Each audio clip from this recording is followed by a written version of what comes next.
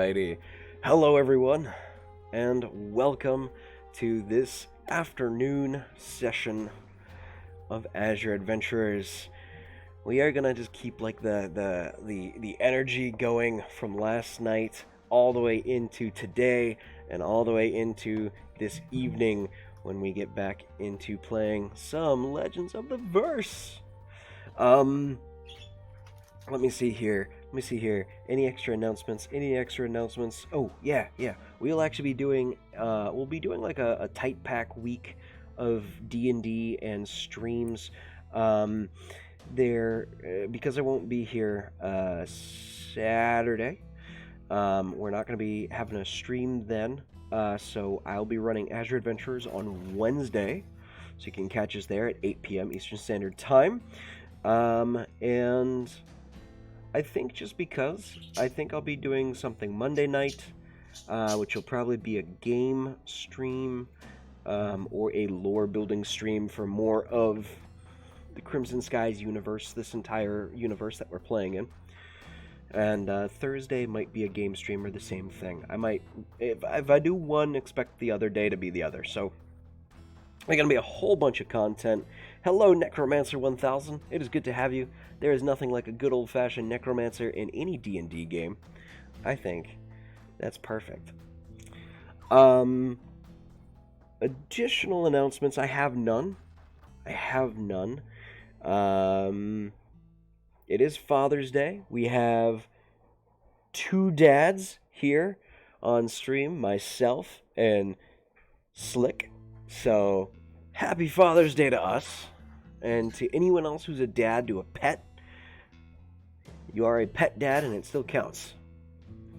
So, with that being the case, I don't think I have anything else that's really important. I think we're good to go. I honestly don't think we gotta cover anything else. I think we're solid. Guys. I think we're gonna kill this. So, we're gonna do something fun. As it is Father's Day, it also turns out to be Davos's birthday. And we're also going to be doing something special that can really only be done through the Azure Adventurers Guild, where we are actually going to be wrapping up his character's personal arc. To do something of this sort in the Azure Adventurers community campaign,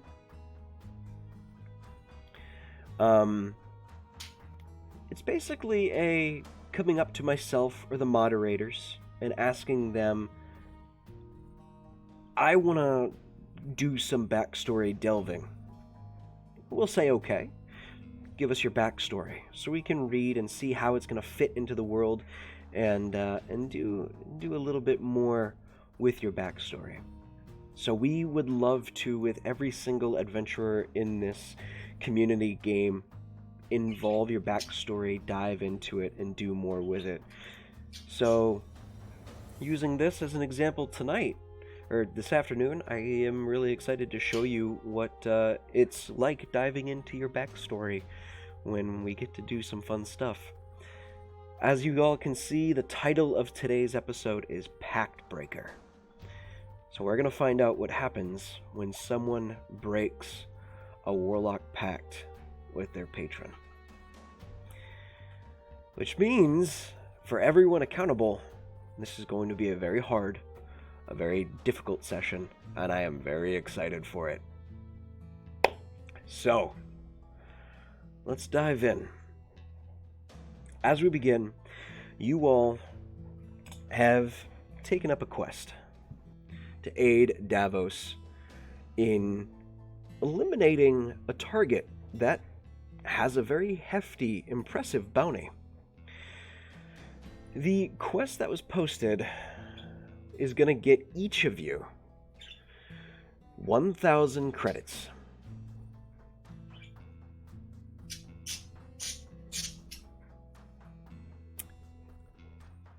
Additionally, is going to get each of you as well a specialty suit of clothing designed by the quest giver. This clothing will be of fine make and fine craft. It will be either three-piece suits or dresses. On your request, if it suits you, it will also come with armored plating inside, up to a tier 8 to tier 12 level of protection. What you're getting for this job, as Wraith put it, amounts to about 8,000 credits worth of work. It is highly important. So, fine clothing with enough defensibility of a piece of half plate and lightweight definitely could make a difference in any adventurer's outfit or adventuring path. So, these being put on the table, you all find yourselves traipsing down to Beirun. It's there in Beirun, there is a small little town that right outside of the capital city of Rylan embeds itself within the Maw mountain range. And the reason it's called the Maw is because the way that the mountains grow out here, they grow up and then out at an angle like a set of teeth. And when looking at it from an airship, looking down, it looks like the hungering maw of a long dead beast. Now, common knowledge is that archaeologists in this area have indeed discovered bone remains of a long dead creature. It might just be something that maybe its essence bled into this mountain range to create this intricate looking area. The mountains themselves are opal in coloring. It's almost as if they are actually made from solid opal itself. And it's beautiful and breathtaking as the sun hits it throughout the day, and as sunset comes, it takes your breath away just a bit more. As you reach this small little village known as Folos, F-O-L-O-S. I'll put it in the chat box for you. Folos. You present your papers to the guards there, and the guards are more of a religious sect to the Triune. They wear heavy armors with battle skirts around them, around their waists, going all the way down to their feet, even hiding their armored boots. They do not wield firearms. Some of them wield great swords, great axes, mauls, sword and shield, crossbows, bow and arrow, and they all line the outside wall to a large stone gateway with intricate runings carved along the sides. These runes in particular are designed in a manner that looks undead. You see images of skeletons, spirits, all carved in with magical sigils pressed behind them. The gateway itself shimmers with a grayish-black light. You see speckles of yellow firelight blinking in and out on this sheet of arcane energy, almost pure in the fact. It's here Beirun defends the gateway to the only city in Purgatory, Nanbo.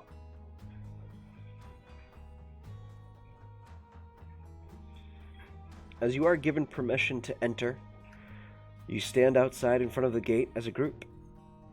First time for any of you entering Nanbo. Do you have anything you wish to do before you step forward into the threshold and on the other side? All right, everybody.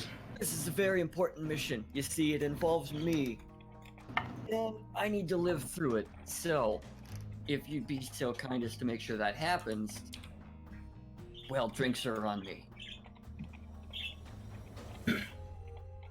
Mugen just shrugs. He tussles his feathers a little bit, and they glow with an unnatural light as he casts false life on himself. That's the spirit, little dude. He gives you a feathery thumbs up. Oh, it's the point. If y'all were more like this guy right here, I think everything would just go a little bit smoother. And If the point of the mission were to keep you alive, you should have said something yesterday. I could have made you resistant to necrotic damage. Oh. Maybe I should have. Well, you know what they say. It's hard to speak through a glass full of beer. Well, maybe we'll find an end. Anybody else got some almost useful information for me? Mugen just taps his cane to his armor, and it just goes jet black. All right. Okay. You're a sneaky little one, aren't you? Okay. Wingman. Get it? Because you don't have any? He That's very He impressive. uses Presto to make a ha-ha noise. Literally Nelson from the Simpsons. Excellent. In this town, are there any jewelry shops, perchance? In Folos, Or even jewel cutters in general? there are jewel cutters in Folos, indeed, as it is set up against several different mines within this area. It's a mix between a mining and a farming town.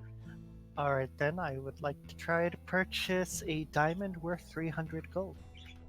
Easy enough. They do have several, all in different cuts. Would you prefer an oval, circular, or square cut? Well, I mean, gotta go circular. Okay. Get a circular cut diamond for 300 credits. Excellent. Alright, I'm sure I'm gonna be using this at some point. Enjoying the sights, are you? Do they have like a potion shop where I They- can pick up some? They do as some well. potions? Yeah.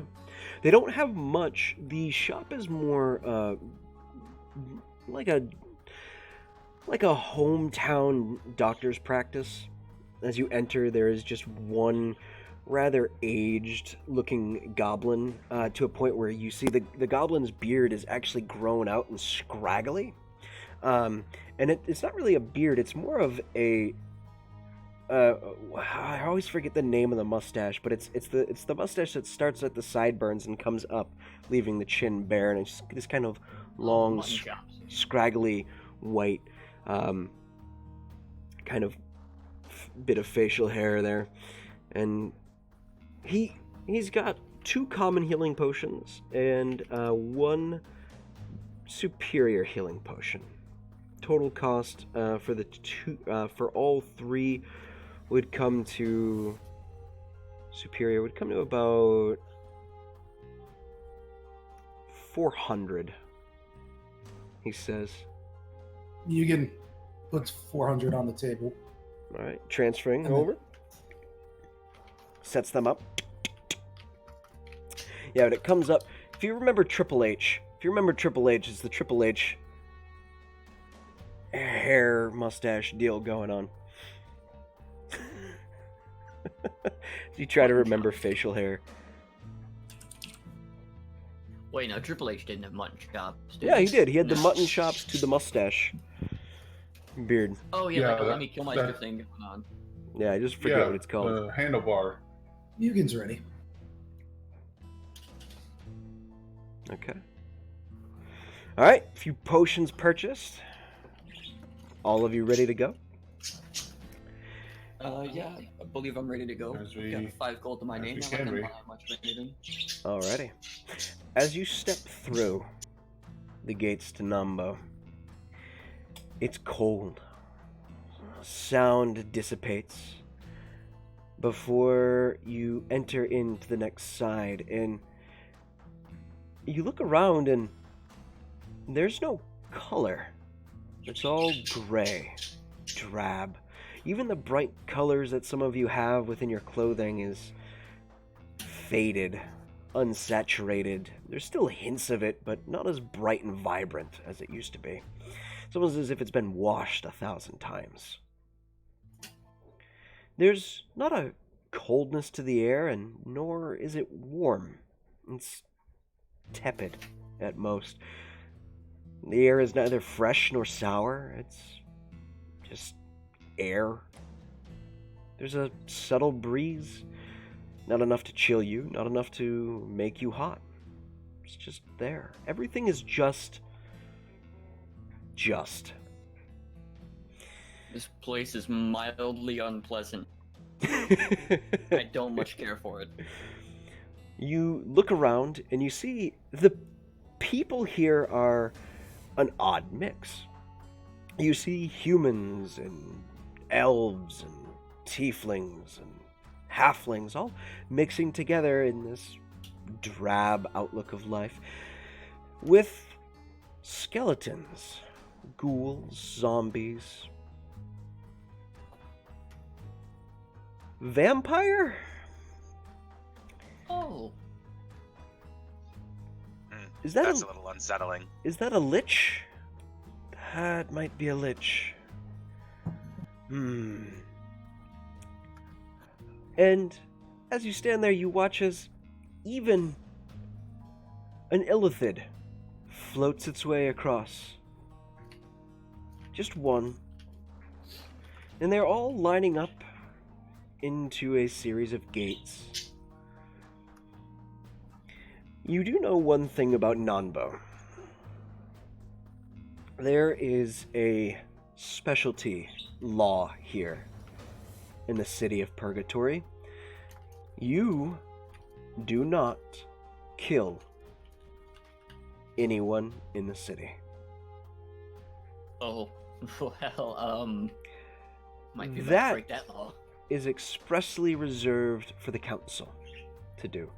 The council is made up of a lich, a vampire, a sentient ghoul, a human, an elf, and something locked in between life and death.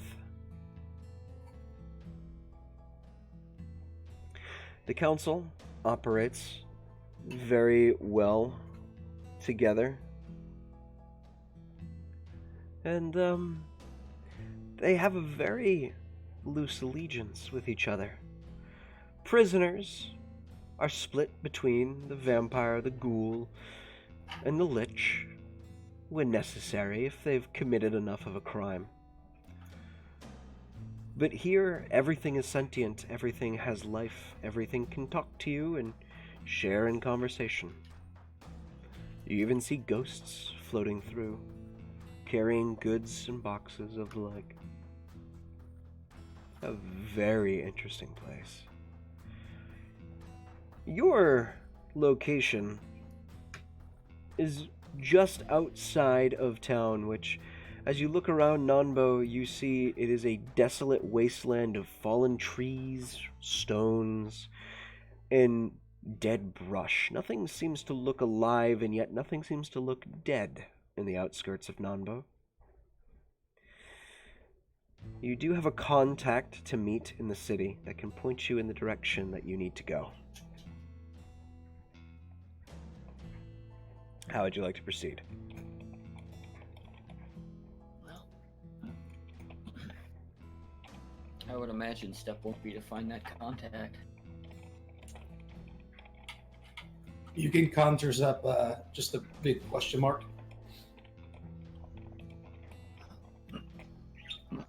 Yeah, what the bird said. What's the plan here? Do we know where the contact is, or are we just supposed to find them? You do know where the contact is. They are in a small tavern known as the Bones Inn. Alright, well, We have a contact here somewhere in town. Some inn, Bones Inn. Should probably head there. Be a good place to start. Deacon starts walking. Okay. You I guys, for the bones in. as you guys step into what is the D&D equivalent of what is the D&D equivalent of a TSA line, and actually not even TSA, it would be customs. Takes you about 20 minutes to get through, and as you approach, behind the counter, actually give me 1 second, Necromancer 1000, if you head down in the doobly-doo of the description, you can hit the link that says Discord, and that will bring you right into our Discord channel as a follower of the channel. You can join us there.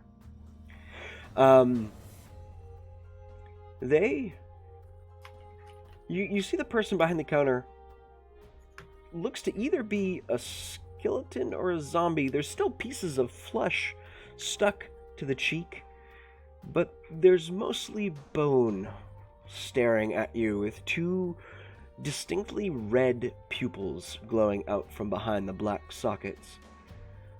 Its mouth opens and... Names, business, do you have any fruits or vegetables? Davos, this here's my bird friend Grayson, and just gonna drink a lot.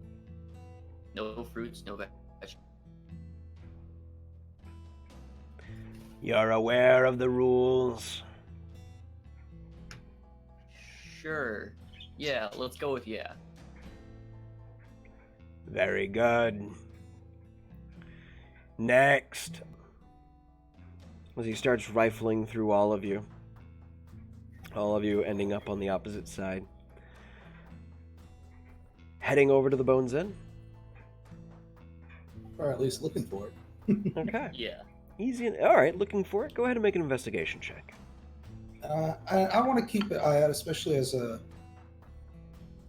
follower of Lux. Or did I forget that? I gotta look at my section here. Anything that would be kind of related to her. Okay. Go ahead and make a perception check. 14 investigation. Did I say perception? Investigation. My shit is getting the better of me today. Unnatural 20. Nice. Okay. Well, looking around, it's not that hard to actually find the Bones Inn. It's straight down the main causeway into the open square where you see a sign of... a sign hanging, a very classical old tavern sign with a piece of flesh where the bone is lodged into the flesh. It just reads Bones Inn. However, looking around for signs of Lux, you notice there are a few followers of the skeletal persuasion who follow Lux. Some of the ghouls seem to have no markings, vampires none as well. Humans don't seem to care. You count maybe 3 or 4 individuals who look to be followers, but they're all skeletal. They bear no markings of runic symbols. They look to actually just be souls inside of a skeletal form. Easy enough. Making your way to the Bones Inn. You push open the door and you hear the sound of rattling bone chimes as the door opens and pushes into them. As you enter, you see a tavern filled with a myriad of people and undead creatures sharing drinks, eating food. You see mixes of raw flesh being set on tables, cooked meats. Hopefully they know how to keep things separated. There's, of course, ales and liquors all around the area. As you enter in, the bartender, you notice to be a stitched together individual, almost like a flesh golem, but not quite. Some kind of ghoul, maybe, the way that they lurch forward every step. Stands at the bar, looks at you, and... Hello there. Can I help you today? It all depends, my good man. Do you have wasp venom? No. For we have the next best thing. It's called ghoul juice. Makes you tipsy. Makes you feel everything you need to feel in your legs. Might get you walking straight. Might make you walk a little wrong. Have to try it to find out. Ah, that's good. That's good. Hey, little Kenku buddy, come here, would you? I want you to do something for me. Mugen comes over, squinting. Try this alcoholic beverage. It'll be wonderful. Mugen will sniff it. You sniff this ghoul juice, and it smells like putrid feet mixed with alcohol. Mugen just shakes his head. All right. Good to know. Good to know. I don't think I want this. If the bird doesn't want it, it's probably not going to be good for me. You're lost then. You want something normal, you humid tops, I say. I want something normal, never adventurous, I see. Or are you here on business to get boned in? Anyways, looking for somebody. Everyone's looking for somebody in here. We let Yeah, I'm looking all for a the specific depravities and toys get played around with in this bar. All right, that's great. Good to know that that's where you serve my alcohol. That's nice. All right. At Wait least, till you see at what least we it's- serve it on.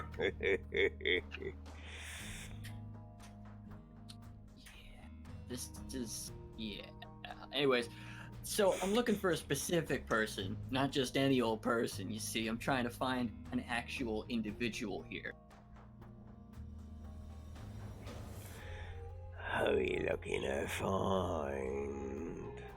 Okay, so I do know the person's name, right? Like that's You don't know the person's name, but you know their description. They are a Luxodon. oh okay. Though, Yeah.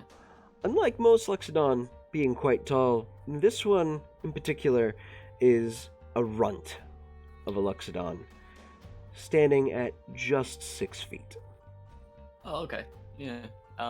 Well, I don't know their name, but I'm looking for like a tiny Luxodon. Seen anything like that around? As you ask, one of the eyes of this bartender slops out, and on the tendril it seems to stiffen as he keeps one eye locked on you, and it just... Charming. That's attractive. Then it slurps back in and just... Hit with the ladies. You have no idea. Might even know your best friend, of course. Maybe I do, maybe I don't. I know everyone, mate. But I have seen your Luxodon friend. Though, you know the deal, right? You still got a little gold on you, don't you? You hear me's coming in with this newfangled credit thing. I want some gold. I want to feel it in my hands. Oh, you want to feel it in your hands? That's what she said. I'll bet she ain't said that to you in a long time. Nah, she's kind of dead. Thanks for bringing that one up. Mugen's gonna go look for this Good kind of Luxodon dead himself. Okay. Go- Slick will go with Mugen. Go ahead and make an investigation check with advantage. I'm just gonna chat with this lovely undead barman, because he's just a barrel of laughs. During this entire exchange, Sky has been focused entirely on the bone chimes and is trying to get an idea for how to make some herself. 14. 14. Not that hard to find. A Luxodon in this place where it's mostly normalized looking humanoids. You and Slick find this Luxodon very, very quickly. They are seated up against a table that fits their size quite well. Their hands wrapped around a mug of ale and their eyes shifting from everything in this room. This Luxodon seems uncomfortable. They wear very simple armor, no weapons with them. They're just...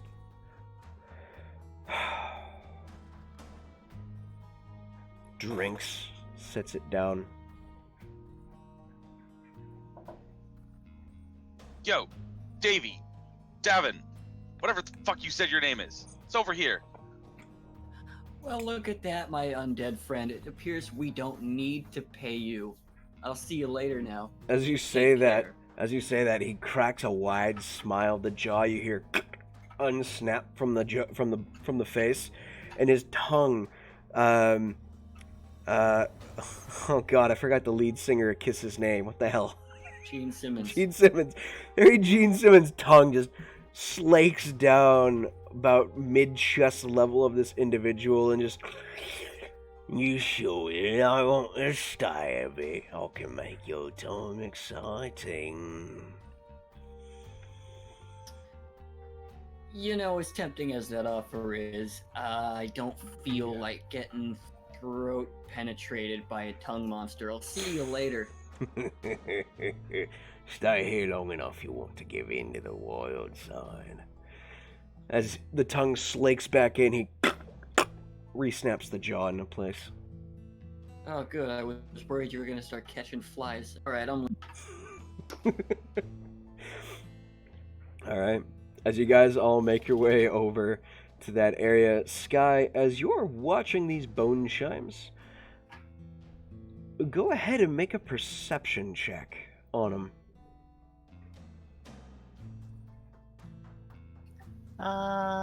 8. 8. Okay. They seem to be normal bone chimes. It looks like two hands with the fingers popped but still held by sinew tied together. And as you open the door, they kind of clap together and clatter the fingers together in kind of a excellent fashion. This would be perfect to hang in front of Father's door. Alrighty. As you all head over to the Luxodon, they see you approach and kind of look at you warily as they just hold their mug and... Yes? Well, what can I do for you all? Oh, must fight the urge. Hi there. We're looking for... we're supposed to talk to you about something we're supposed to be doing down here for... Yes, please, do sit down. I can point you in the direction you need to go. Sitting at the table, very clearly holding back as hard as he can to not laugh. Please, Davos just sits across from him. please go ahead and make a charisma saving throw. Oh, joy.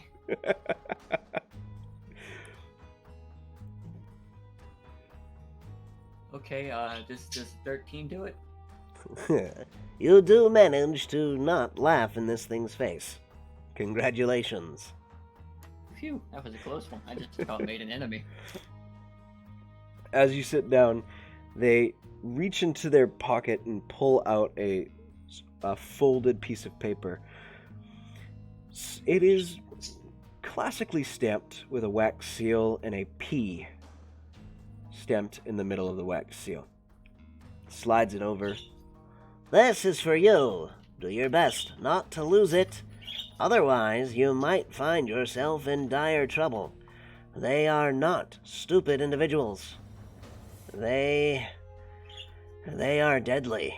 What you are trying to do, well, Most people never survive doing. You are going to make an enemy. I have the tendency to not die when I'm supposed to. Taking the item from our mastodon friend. Or Luxodon. my Luxodon. bad. Getting my metal bands and D&D races mixed up again.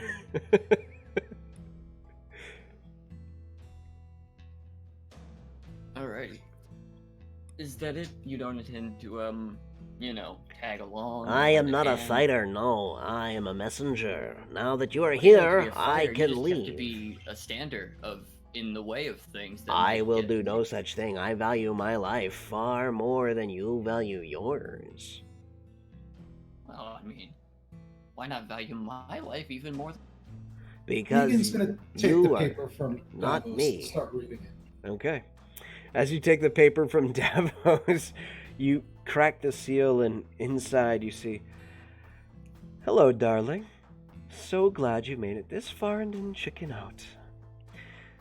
You'll be heading 3 miles out of town into the wilds. You'll find a rather interesting building. It belongs to our dearest matron. Inside is a small cadre of individuals. Count 5. 1 who leads them, 4 who do all the heavy lifting. The plan for them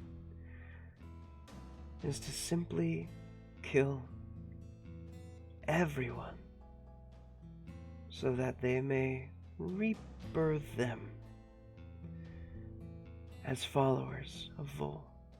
Their target is Nanbo. Inside you'll find they have a rather interesting plague. Removing that and destroying it will help everyone out greatly. And you, however, Davos, do need to make sure you kill the leader. And when you do, you need to then, unfortunately, kill yourself with whatever you use to kill him. And make sure you have someone who can bring you back. And on the bottom is a drawing of a knife stabbing into an individual and then being drawn out and stabbed back into another. Then comes an arrow doing the same thing. I mean, Negan takes the note. He uses Presto to make a tick-tock noise, and just presses the note into Davos's hand, in his face, while making the tick-tock, tick-tock, tick-tock noise. all right. I get it. We're on a time schedule here. Okay, let's go then. Do you read it, As Davos? I walk out reading the note. Well, that's gonna be a tricky one to pull off with a bow and arrow, but I think I'll figure it out. As Davos exits the building, Sky's waiting and sort of two-handed, underhand tosses the now radiant crossbow at him. You can probably use this better than I can. I would imagine maybe, but I like my bow. Yes, but you could just have it tucked away, maybe start a fight with it. Plus, it can blind people if they. Blind people, you say? Well, as someone who is all too familiar with that sensation, I'm happy to share my pain. Yep, it can only do it once per day or once per rest, though. So keep in mind. I'll keep this handy, just in case. It also doubles as a nightlight. Yeah, I can see in the dark, so... So can I, but still might be useful if you want to bait some. Not to be that guy, but I can probably see in the dark just a little bit better. Also, Davos, You get the idea after reading it that the arrow you use to kill the leader will have to be used on you in some way. You'll have to use the same arrow. Is Davos inspecting the weapon? I mean, I guess I would have probably done that. Yeah, he would have probably Yep. looked it over. While he's doing that, before she drops her attunement, she's gonna make the weapon flare up in light. Not the blinding light, but it's gonna flare up to its full torchlight from. Okay, as you do, outside you notice that as the light beams outward, it dwarfs the small flickering candle lights that light the city, and you actually see color return to all of you as this bright light emanates. Having read the note, would I know who Vol is? You would know who Lich Queen Vol is. She is someone who is a betrayer of Lux. So, it didn't say who the followers were. Are they undead but So it's safe to assume that they are probably undead creations of Vol's power. all right. That's great because all my spells are like necromantic. So Hooray! I guess it's polymorph, boys. I mean, if you want to just polymorph their commander to like a sheep or something, I'll just put an arrow through its head and then we're done. No, then it comes back with its remaining HP. I'm very offensive with my polymorph spells. No, It's you do. okay. But off we go. Alrighty, Mugen heading in the direction indicated. alrighty. As you I'm head just back, gonna hang out with my new bird friend because he seems to know what's up. He seems to listen to me.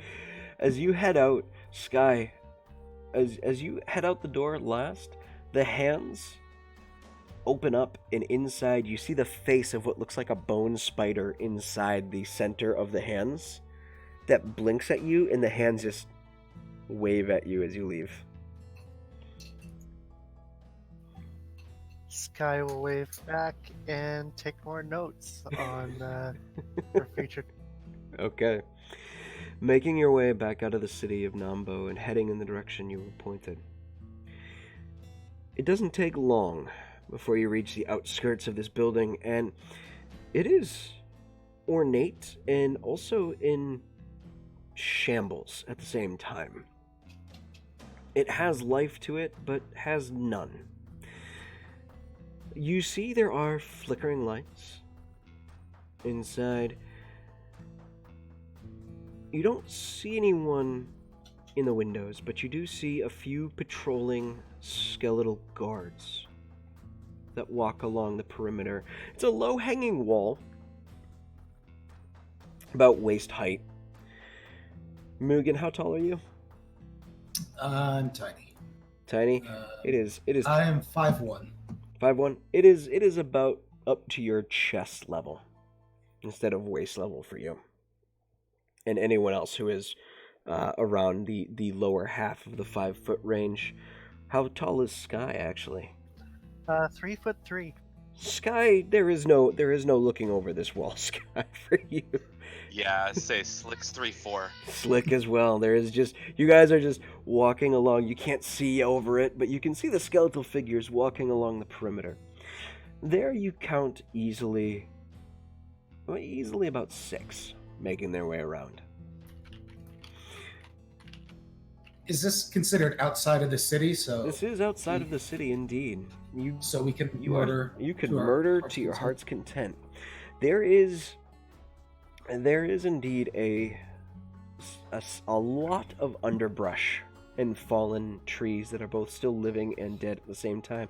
Some of them have broken and have just started growing sideways as you see the roots and the tree itself seems to has repaired itself over time to create this broken tree that still grows and yet has no leaves, has no foliage. It's a very interesting sight. But everything here is just is just. Just living, just dead. Just barely. Well, alrighty. Grayson, my friend, why don't you go ahead and take a look over that wall, make sure we're not gonna kill those guys, and then alert some up. You get back in your as a response through telepathy. You get. Haven't you ever tried killing one by one instead of all as a whole? Response, of course, is I did that once. It was really boring. And besides, how am I supposed to shine through as the amazing hero that I am if I kill everybody one at a time? Then I just look like an assassin. Grayson turns and pecks you in the head. Hits, but deals no damage. Just gives you a good pecking on the side of the head before it flies away. Running a perimeter check. I'm gonna make that bird into soup. Running a perimeter check. Are you looking through Grayson's eyes, or are you, or are you letting him do it his own? Let me see here. I can't remember if I can actually do that or not. You can. You have Find Familiar. You can look through its eyes. I can. Well then, yeah, I guess I would want to look through his. All right. See. As you do, you watch the patrol routes, and the skeletons seem to be very thematic in how they go. Go ahead and make an intelligence check for me, Davos. Oh snap! That's a good roll. Now what's my modifier? Oh, 19. 19. Okay. As Grayson flies around, you count the steps and the seconds in between them reaching one end of their patrol route to the other. You have about a minute in between each end of the patrol route where one skeleton is isolated from another that would be out of sight. Then they group back together in pairs of 2, separate back out again, group back up. But it's also at a minute as to where there is a blind spot in one section of the wall that while they're walking away, you could slip in behind them. Alrighty, I will inform. First of all, I'll call Grayson back, of course. Snap back to my vision, and while we're waiting for Grayson to return, I will quickly break down what I have observed to the rest of the party. While we were standing around during this patrol, I will have quietly started a ritual for detect med. Okay. So essentially, we have a pretty short window to get in there without being noticed. Or alternatively, we could just start a huge fight and kill everybody. Mugen just nods. You like that idea, little guy? I mean, if we go inside and we start killing shit, all these things outside are gonna attack us anyway. That's a good point. We might as well just start killing. Alright, who wants to be the lucky one to make the first move? How far are the skeletons? Yeah, how far are they away? At this point, they are making their outer patrol route. So that puts them at about 100 feet away from your position at the moment. Idea. Why don't we set up a sweet little ambush? Yep. Thumbs up again from Mugen.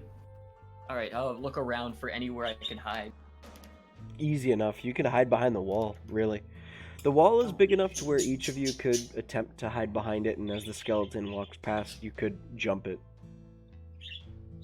Oh, we're looking to ambush these guys as they walk by, so that we can quickly take them out without them alerting anybody else. There was a spot. There where is a there's point two where of they them, do right? group up. That would be at the front gate, where the gate is actually just kind of like... There's 2 doors that are just hanging off their hinges, which leaves a small gap where you guys could slip in, jump them as a group, and bring them down. Yeah. That'll work. I think that's our plan. Roll for stealth. Yugen will start moving up. All right. Yes. All right. Rolling for stealth. Yeah, Well, it could have been better. Could have been better. I got a 23. I don't know what you're talking about. I got a 12. I got a 17. Gotta love that high dex. I have +6. Right? I rolled 2 5s on disadvantage, which is still good for me. I got You got a what? A 7? 6. 6. Oof. Okay. Okay, so Lollipop Guild is not sneaky. Good to know. Uh-oh. Yeah, that's a shame. That's a natural I was gonna one. say- I was gonna say I have a rope of climbing. We could have just gone over. Well, I have a 5. Y'all are not impressing me yet. Just throwing it out there. Air Havos is not Air a got a interesting 22. individual. I'm So, sorry, I'm wearing. So the monks are gone. Monks are gone. The ranger is, of course, somewhere. I love this. This makes me happy. This just puts a smile on my face. This is why I love D&D. Okay. So, despite 2 really low rolls, it is a group success. Just barely a group success, but a group success nonetheless. As you all kind of slowly creep up, as the skeletons start making their way back towards you, both Sky and Aletha make a loud cling, cling, cling, as a few rocks fall off the wall and impact against your armors. You all pause as a group and catch a few before they continue hitting the armors. The skeletons pause. You hear A minor illusion, like a little undead squirrel or something, in the area where the sound came from, so they think that. Okay. Go ahead and make a deception check. Hello, sweetie pies. As we were Um, sneaking 18. up, Okay, I have a 18. +8. Air. As we were sneaking up, Air would whisper, just like you take. You take which one? You cut out.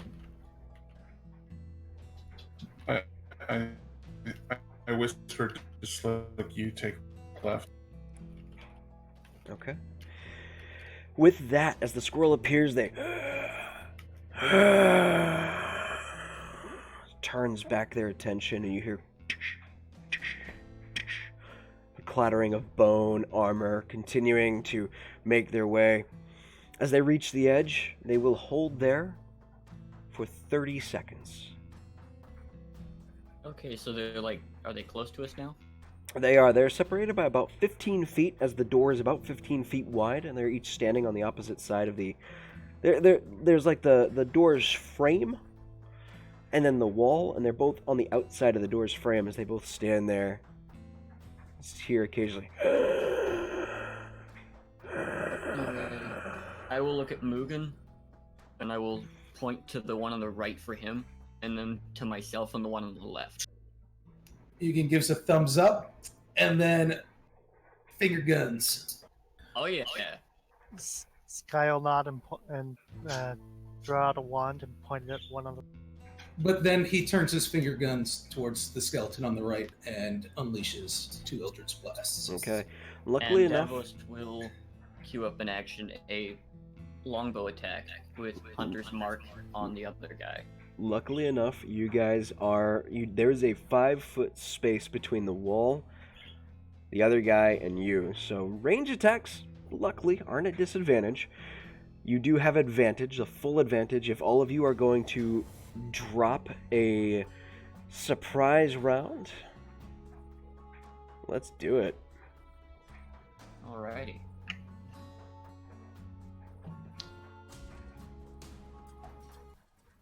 Yep, Sky's gonna point at the left one, and pull out a wand from her sleeve, and shoot a infused firebolt at the left. Oh, so Okay. you're just shooting a firebolt at the left one? So everyone who's attacking the guy on the left, give me your attack rolls with advantage, and then we'll hit everyone who's attacking the guy on the right. So Okay, well, I pick got who an you want to unnatural pop. 20, and then then a 28. Both hit. So that was for the first one with advantage. Oh, okay. And now Firebolt the was second attack. 13. 22 and 23 with each of my sunbolts. Firebolt will hit. Sunbolts both hit.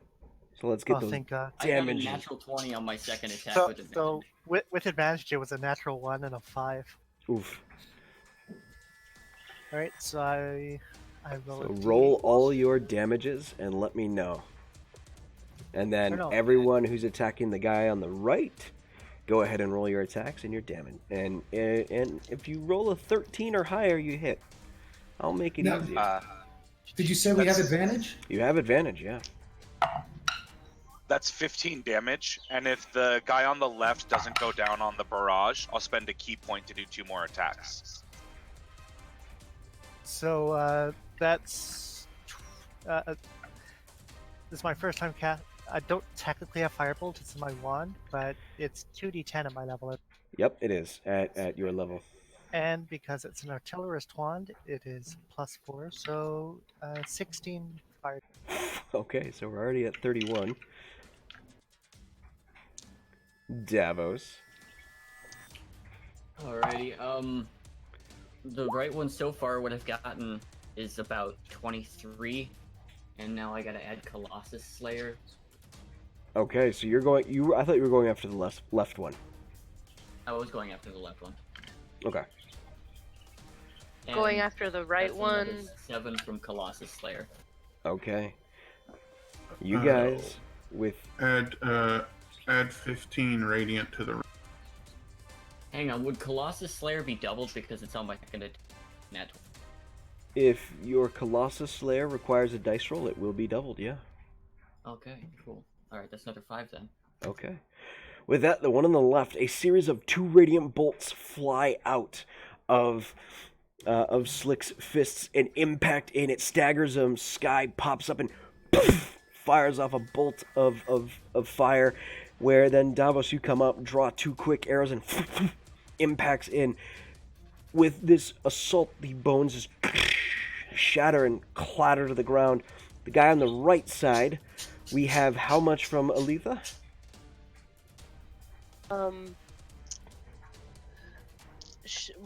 I haven't rolled damage yet. Okay. 15 I'll do radiant 6 from damage here. air. 15, 6. Okay. Mugen? 18. 18. Shit, you guys just devastate. As, again, 2 other Radiant Sunbolts. Poof, poof. Aletha, what are you using for a weapon?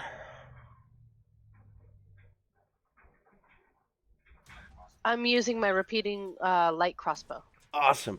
As you fire off 2 bolts, just impacts into the skeletal body. It staggers it back. And Mugen, what are your Eldritch blasting as you Eldritch Blast. Just Just purple. Kenku like a finger swarm of guns? swarm of purple ravens come out of the finger guns. As and the slam into ravens skeleton. fly out, they impact in, and this skeleton also shatters and just collapses and falls. Making perception checks for the other skeletons. Well, that's a nat 1. Of which, poor Stavros is speaking a hushed voice. That's a 2. Mother, Probably done that quieter. that's an 8. That's a 2. Wow, that's dice jail for you. That's dice jail for you. We just made a shitload of noise, and everybody's like, "What was that? What was what?" Slick looks Oh. over at his fellow monk and just gives him a nod of respect. He gets a return nod. Alrighty. Mugen sheathes his finger guns.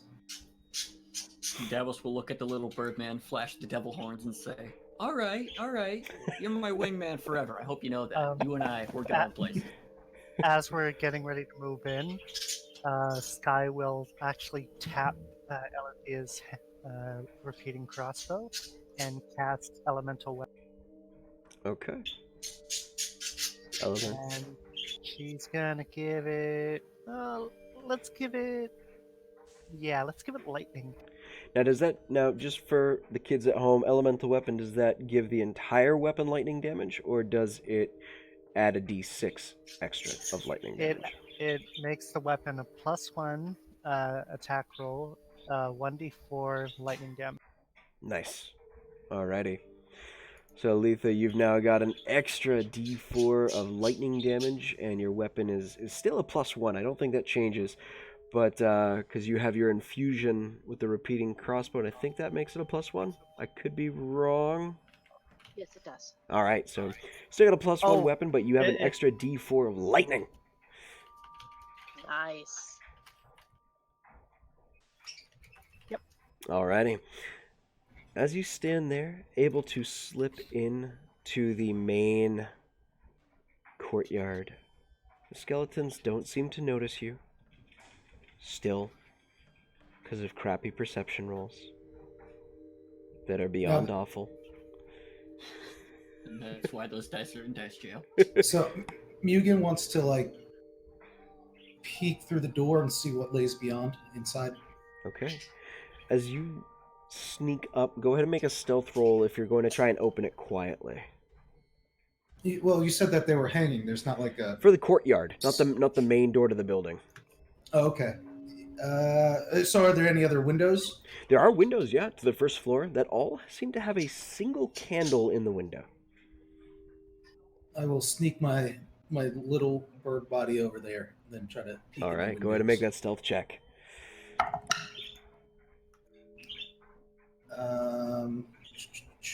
13. 13. Okay. You sneak up to the window. And as I'm you... sorry, I have a +6. It's a 15. It's 15. Okay. Yeah, I rolled a Much better. Much better. You look inside, and are you going to the right or to the left? Left. Okay. Different scene. As you make your way over, you see 3 robed individuals carrying what looks like staffs made of chitin, with blue crystals carved into the shape of a skull dangling from the head of the staff. Their robes are a mix of ivory white and blue. Their skin stretched taut across their faces and their bodies. They all seem to be having a subtle conversation with one another. They don't see you, but as they sit there, do you have observant? I do not believe so. Okay. No, I do not. Hi, buddy. All right. Without observant, it is almost impossible to tell what they are saying, but they are talking. How long do you stay there? Just a quick, glance in, get a general feel for the room, and then I just turn back and, put my finger to my beak. It's odd. It's just, on the side of the beak, because he doesn't have a mouth, so... Okay. He just, uses both, try to convey his message. And then you said I saw 3 people in robes, so he'll 3 put up people. three feathered fingers and then point at the window. Alrighty. I think the little birdman's saying there's 3 windows, but I don't know why there'd be 3 windows. He's saying there's three. He's saying there's three inside. Oh. Three people. He That shakes makes a his lot head more sense. as Slick interprets his message and then nods when Air correctly interprets his message. Somehow, I always seem to get stuck with at least one idiot. Yeah, it's really easy when you're the idiot. Oh. What was that? I don't speak your language. I find myself a bit on the higher end of the chain of things. You see, I've died before. All right, when you die, come back, talk to me about idiocy. How loud are you guys being, by the way? That was Pretty just quiet. In a hushed tone of voice. Okay. Because Sky Davos is not an idiot. God damn Sky it. is act- Davos is Sky- a smart boy. Sky's actually Yeah. more interested to see if the skeletons have noticed their patrol buddies haven't met back up with them yet. Yeah, Air also will be keeping an eye out for patrol. Okay, make perception checks.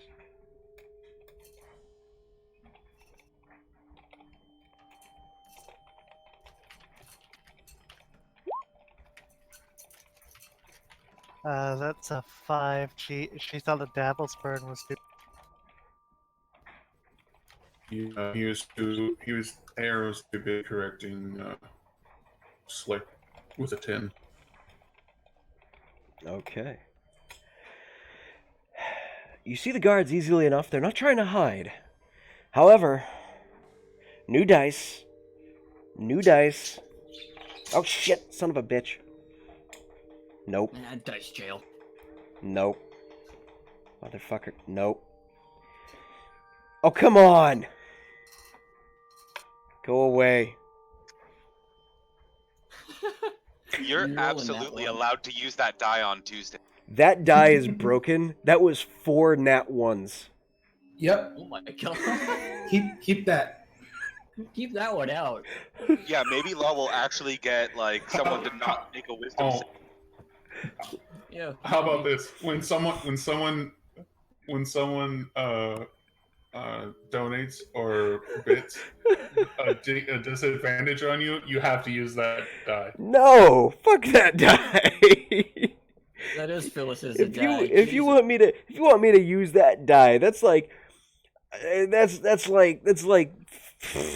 1500 bits for me to use that die, and I'll use it for I'll if you want me to use it for the whole game, fucking 2500 bits, and I'll use that die for the whole game. But Careful, yeah, baby. no, I'm not. Careful. No. I get birthday money today. Don't think I won't spend it on there. It's your birthday. Don't you want to make this session fun and challenging? Yeah, for you. That is Oh, fun. for me. And it will be Shit. challenging for you. Shit. Okay. You never specified. It's really fun to watch you square. So, are we taking out the rest of the guards, or are we moving in? I think we should kill. What do you think, little bird? Thanks, you've been helpful. I'll conjure up a minor illusion of the guys in the robes with the staffs. Just in my hand, and just point in the window.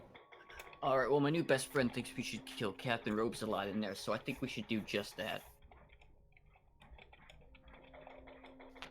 Alright, what's the best approach here? Should we try and get up a vantage point above them, shoot down from above? Let's see.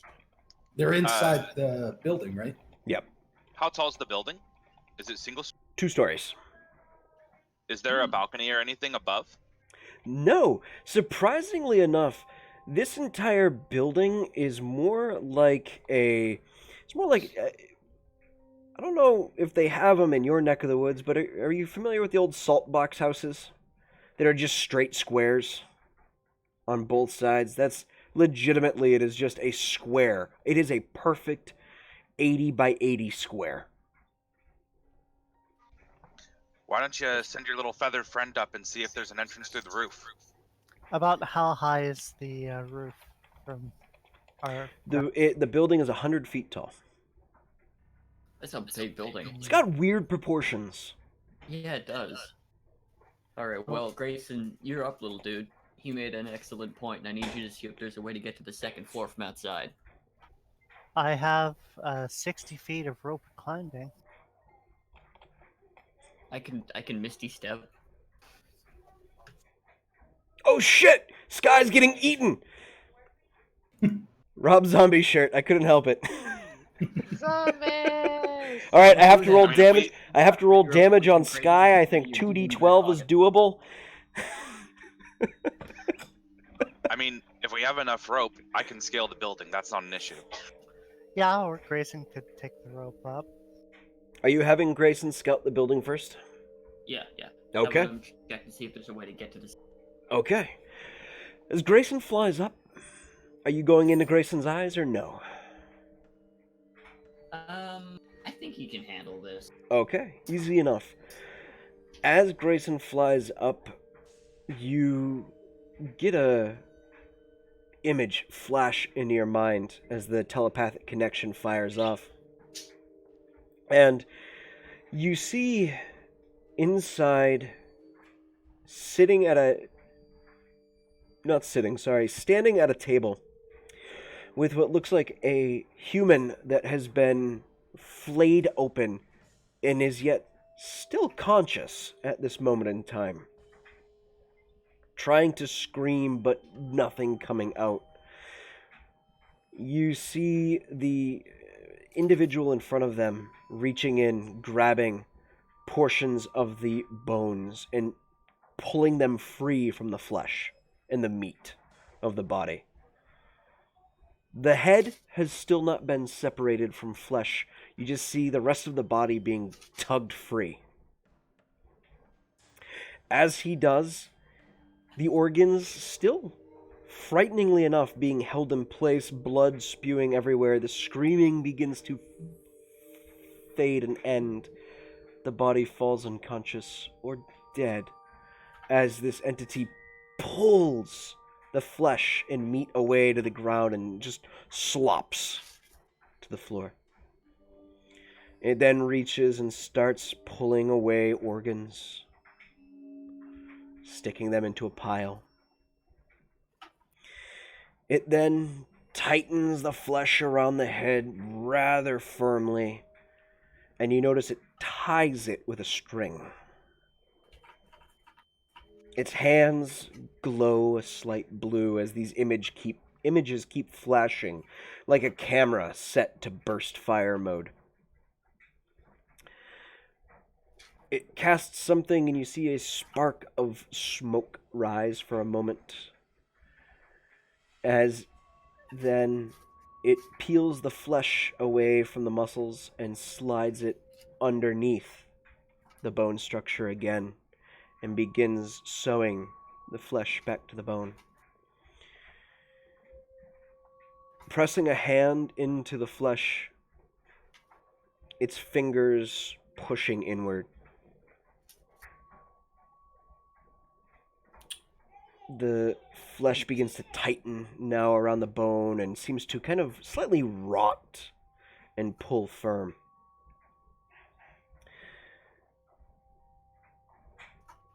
The eyes melt slightly before turning into a very faint bluish color. The body sits up.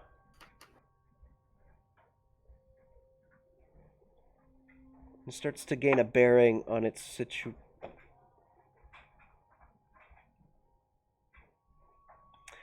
All I can roll today are net ones. It's my birthday. It's your birthday. Grayson Happy doesn't get birthday to shattered into a you. million pieces. As it goes to get its bearings, it looks around and does not see Grayson. It stands and moves over towards another table where there is set a staff, some robes, and some subtle armor set to the side as it goes and gets itself dressed. Can I infer any information from about perhaps their anatomy or weak points or anything like that? make a, just based off the images you're receiving, go ahead and make a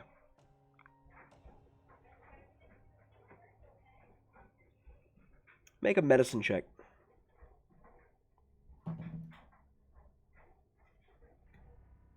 Well, 17 plus 2 is 19, so... There doesn't seem to be any weak points, except that it's a skeleton, so maybe, well, skeletons react poorly to bludgeoning, but it also has flesh on it. There is one thing you did notice from one of the images after this entity has put its hand in. The image of Vol appeared on its chest as it came back to life. And you notice the clothing it has seems to be a batch of clothing that it's been wearing for some time. Again, adorned with symbols and images of Vol's likeness. See your truck. It's like looking into a possible future. I think we should definitely, without any doubt, kill all of them. You can Good give save. a thumbs up. Well, if we get to the roof, I can get us in, but it won't be quite. Did Grayson happen to spot a way to get to the second floor from Might. outside? Yeah, there's a hole in the roof that Oh. it was spotting all of this through. Well, alrighty then. We might want to take care of the rest of the guards so we're not surrounded should they call for reinforcements. That is an excellent point. How many more guards are there is the question. There were 4, I believe. Just 4? That's easy. Little Grayson, where are they? Where are what? Asking Grayson where the other 4 guards are. Grayson didn't see them inside the second floor. I know I'm asking them to look for them outside. Yeah, and the Oh, the patrol- skeleton guards? They're easy to spot. The skeleton guards are just making their patrols. They haven't spotted you yet because of dice rolls. Okay, are they in groups of 2? Like pairs? Or are they singular? They're making their patrols like the ones that you first bipped off are. So they separate, appear in pairs of 2s, separate, appear in pairs of 2s. Alrighty, let's see if we can catch one of them when they're all by themselves. Unleash hell quietly this time. Pretty please. I don't know how many more times we're gonna get lucky like that. If that's the plan, and you're looking to go stealthily, I'm going to have everyone make a stealth check.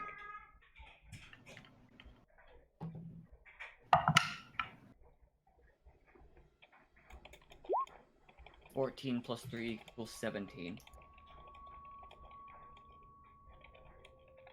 Is that a... Is that a natural 20? 15 plus 1 is 6. That's a 28 total. Oh my god! You just... Yeah. Oh. 24. And I'm not Um, even I'm not even a way of shadow monk. It's birthday. Did you get another nat 1? No, I got a 5. Well, I got technically a 4 plus 1. Yeah, 5. Okay. Yeah, Eric got a 5 as well. Okay. Sky? You're not allowed to follow us when we're sneaking anymore, so... That was 16. 16. Okay. Again, despite the low rolls, you do have a resounding successful group success. I am going to expedite the process as you guys realize that these just seem to be basic skeletons guarding the outer perimeter. And I'm going to roll for what's inside.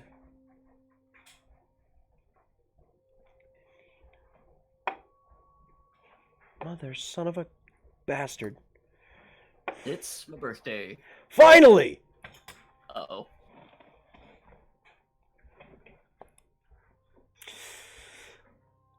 As you get through to the last guard,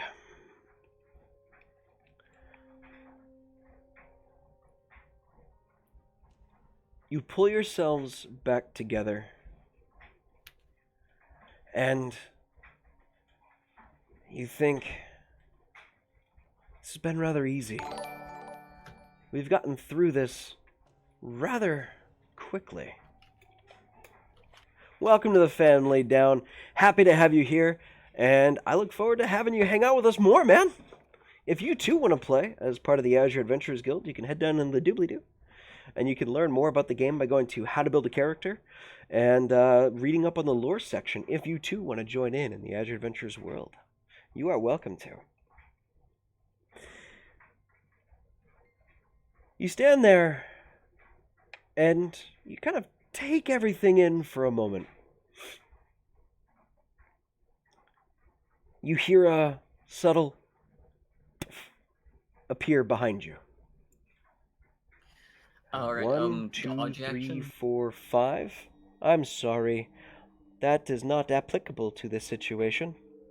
Oh, dearie me.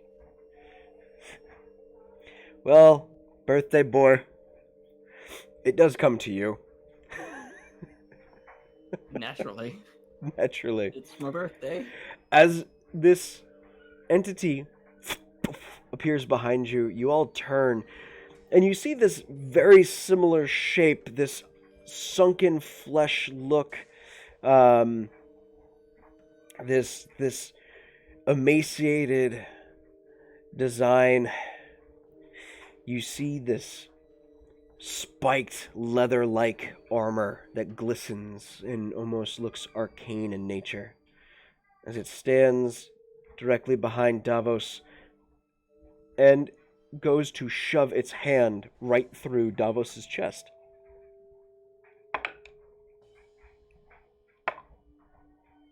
Dual 16s on the roll for a total of 20. Davos, does a 20 hit you? Yes, 20 does hit me. Alrighty, I need you to make a Constitution saving throw, please, Davos. Oh, goody. The one thing I don't have on my... How lovely. Here's hoping that a 14 does it. A 14? Oh, you lucky duck, you. You do succeed. It's my birthday. It's your birthday. Luckily for you, your hit point maximum is not reduced, but you do still, however, take 5, 4, 9, 10, 11 points of necrotic damage as this... It doesn't even take any of you long to recognize this white stands behind Davos and just plunges its hand through Davos's chest. And with that, let's all go ahead and roll initiative.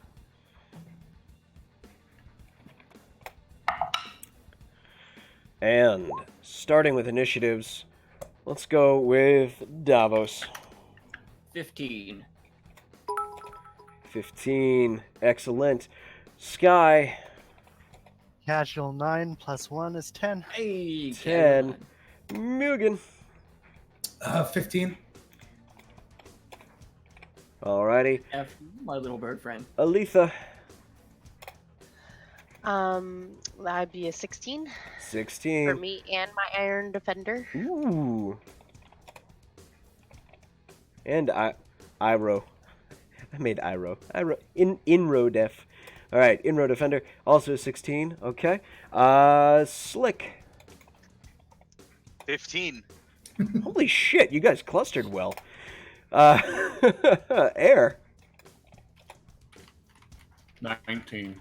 Wow, you guys did good. Let's see what this sucker gets. And gotta go to work. Didn't have enough for everyone. Sorry, Slick, but this is the... But yeah, do the thing. 1,500. What are we putting the 1,500 to? Let me double check. Okay, D6 to everybody then. We're doing a D6 to everyone. All right, you get a D6 courtesy of Gil, courtesy of Hassani, and courtesy of Vicky. Everyone gets a D6 that can be used on any roll. You get one of them. And this guy is acting on a 16. Okay. Okay. Acting on a 16 as well. So, top of the round, this guy is right on top of Davos. You guys are scattered at about a 5-foot distance from this guy, going backwards all the way up to about a 10-foot distance. Starting top of the round, Air, do you want to move into melee range, or are you going to whack Sally back? Air is going to send 2 bolts of 2 radiant bolts. 2 radiant bolts. Alrighty. Go ahead and make that attack roll. And also, guys, thank you so much for the support. It is awesome.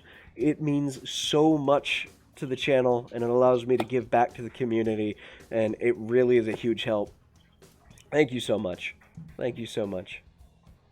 Hell, even following the channel helps as well. You guys, I love you guys. Thank you so much. How do we do on those attacks, Air? 16 Hits. and 24. Hits! You fire off 2 radiant sun bolts, both impacted.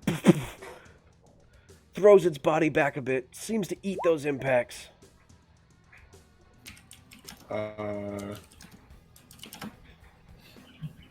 8 plus 6 is 14.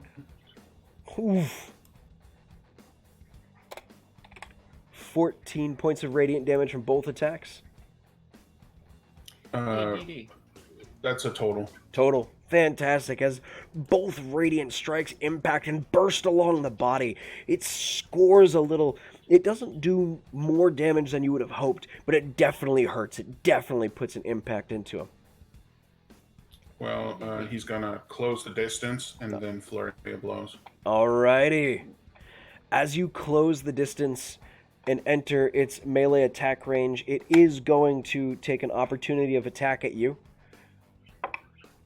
Although I don't think that hits with your didgeridoo abilities. I'm guessing a 17 doesn't hit you off the top of my head, or are you below that? I feel like you're at an 18 or something.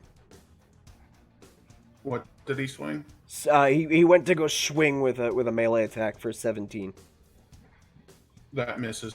Misses. He goes to reach out and grab. 18 AC now. You do have an 18. Perfect. That's what I thought. He reaches out to grab and push through your chest, and you just step to the side as you close the distance. I'm guessing you're flurry of blues. Flurry of blues. All right, go ahead and roll those flurries.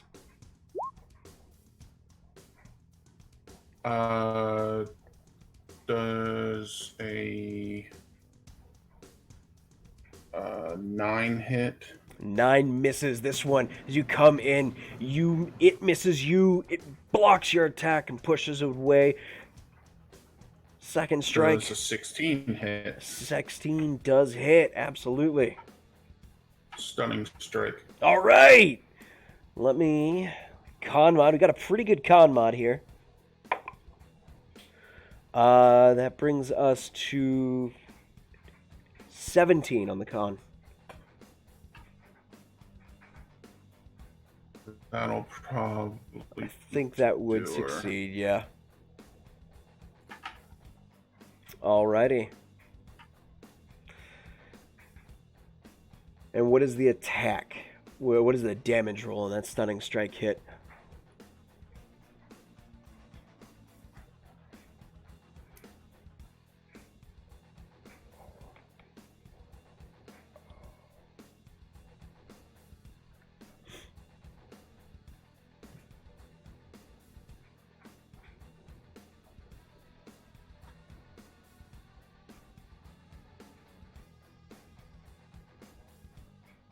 Damage on the stunning strike, Air? I think he's frozen, maybe. Should just be your regular martial arts. Plus. That's a total of 7. 7. All right. Nice round of damage into him. Solid. It's at the end of your turn as you close the distance.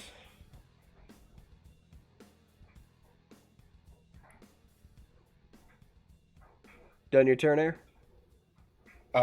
Patient defense. You used Flurry of Blows, so you can't patient defense, unfortunately. That's right. That's right. All right. Yeah, that's my turn. Alrighty.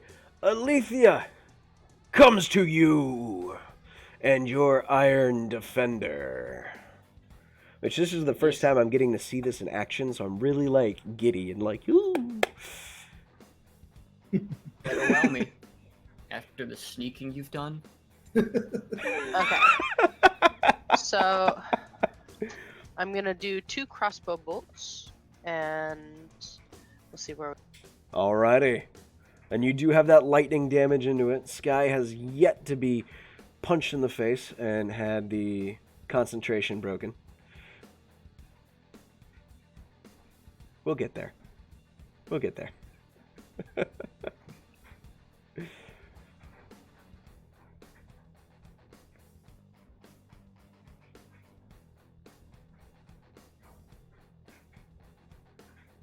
I cannot hear you. Okay. New class. I'm helping her work through. Rockin'. Yeah. I the Artificer, I'm happy they put in 2 extra Artificer stuffs. 15 for my first attack. Yes, a 15 does hit. Woohoo!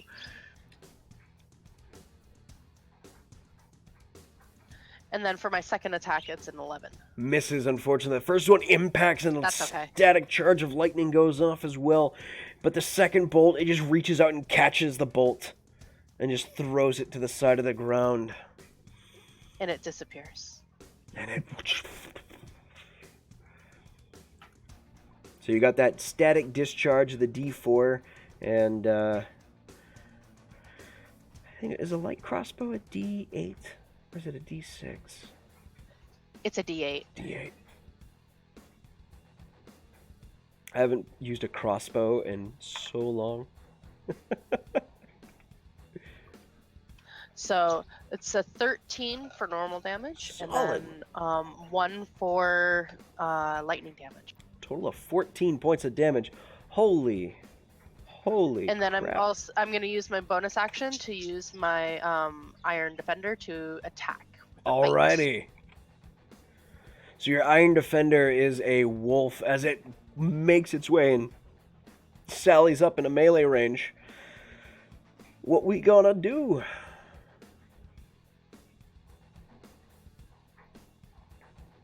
He's gonna get a nibble. Nibble, nibble, nibble, nibble, nibble. That's a nat 1. Ooh, it tries to nibble out, and this white just puts its foot to the nose of it and just pushes it away. Unfortunately. Ah, darn. That's okay. Does It'll try again anyone next does turn. anyone here understand Undercommon? Yep.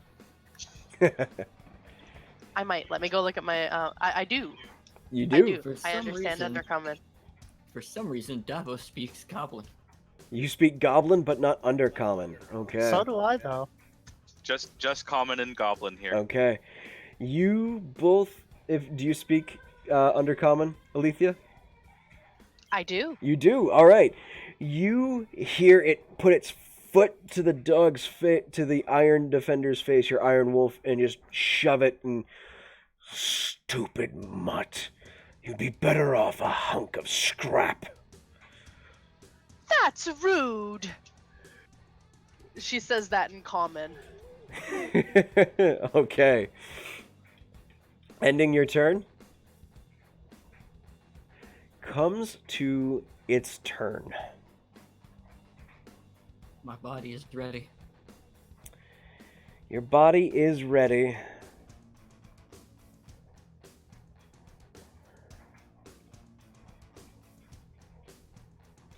It is going to... Oh, this is a difficult decision.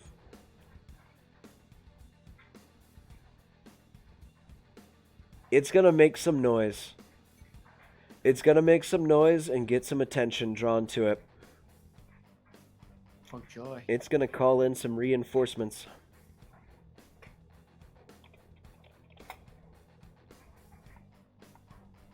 That's its action? Nope. It is actually going to cast a spell as it does this. In a 10-foot radius sphere surrounding all of you. So I'm going to need everyone to go ahead and make a con save as it just opens its mouth and you just hear this banshee scream as it lets out this yell, and as it does, you see this black globule of energy. Counterspell. 25. Okay. As it goes to start, Mugen, you just pip, and it just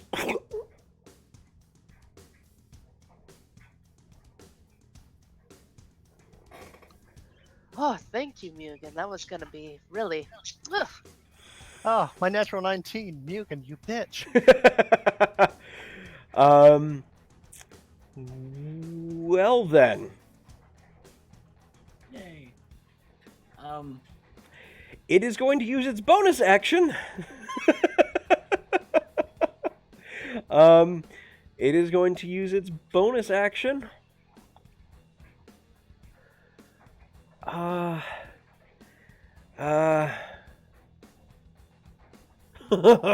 Fuck.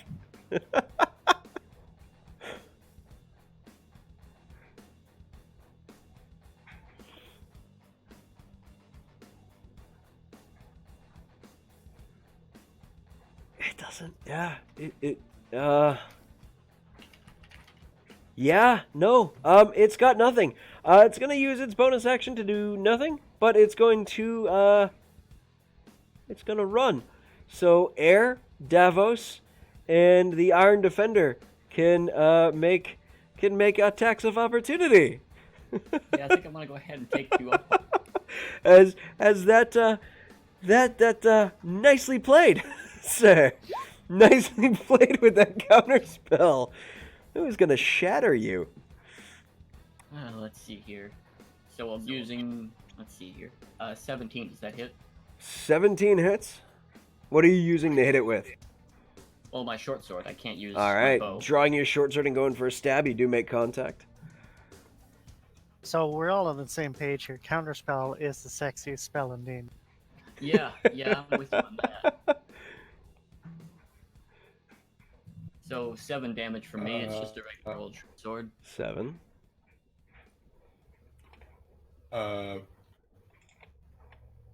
That's a 20 to hit. 20 hits. Natural or unnatural? What about Other- an 11?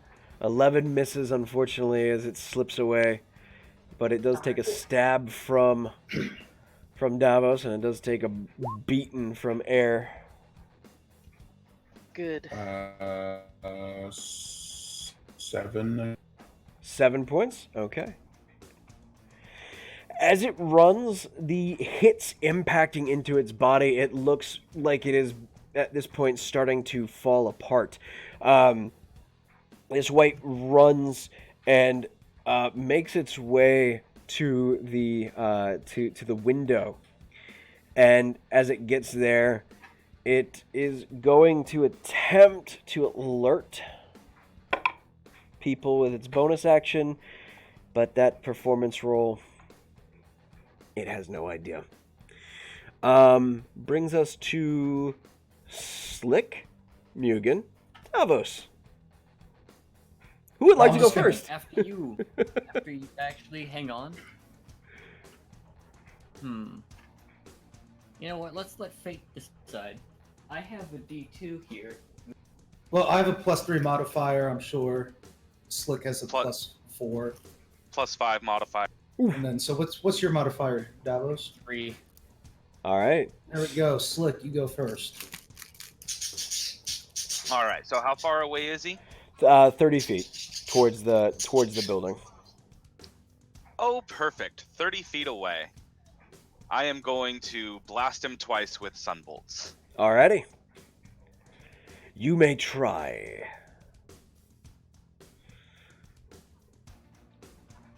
Please don't kill my white. I really like it. It's a fun monster. I want to turn. That's a 13. That and an misses? 18. Yay! One hits though, not yay.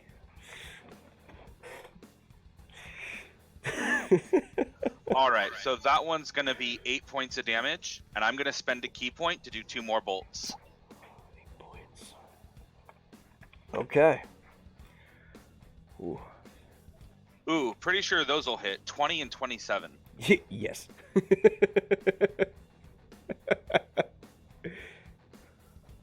for 16 more points of radiant damage. With that, that is, I think, let me do the math. No! It is still up! It is still up! Ha ha ha! It takes 2 more hits into the back after the first one missing, the second one hitting, and then 2 more slamming in.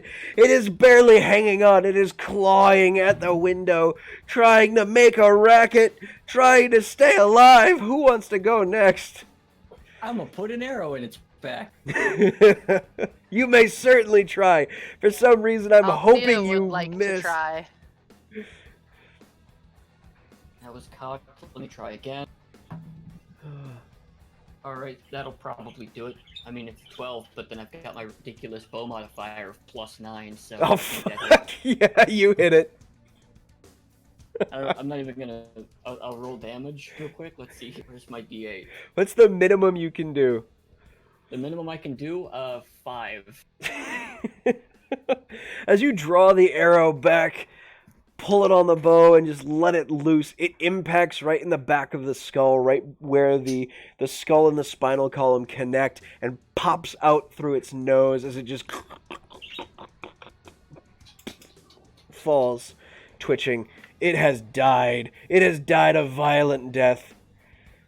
Next time, keep your goddamn hands to yourself.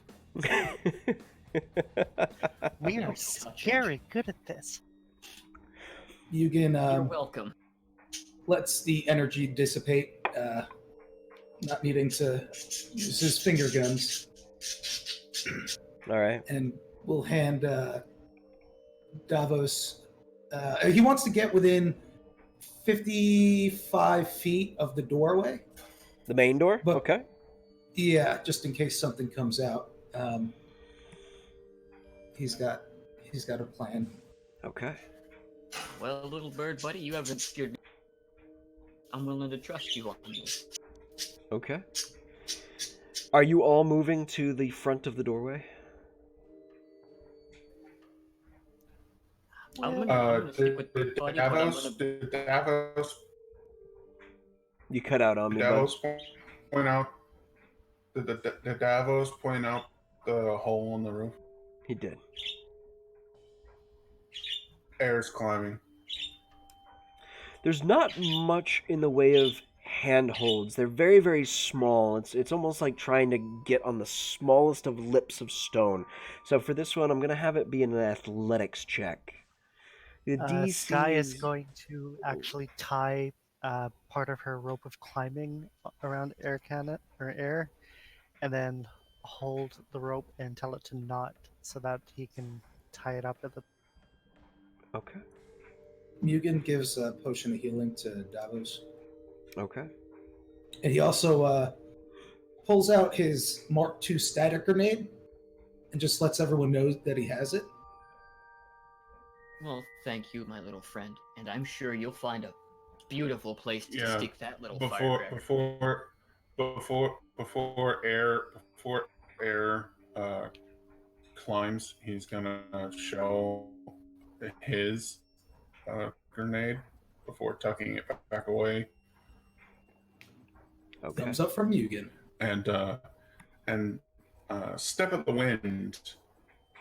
I'm gonna make a high jump before I try and climb. What's your strength modifier? I always hate these rules. Well, I should say it's gonna be a jump and then try and catch on to climb the rest of the way up. But his modifier is a 1. Okay, so you can leap into the air a number of feet equal to 3 plus your strength modifier. If you move at least 10 feet on foot immediately before jump, You make a standing high jump, you can jump only half that distance. So you have a +1. It would And that doubles with step of the wind. So that'd be 8 feet.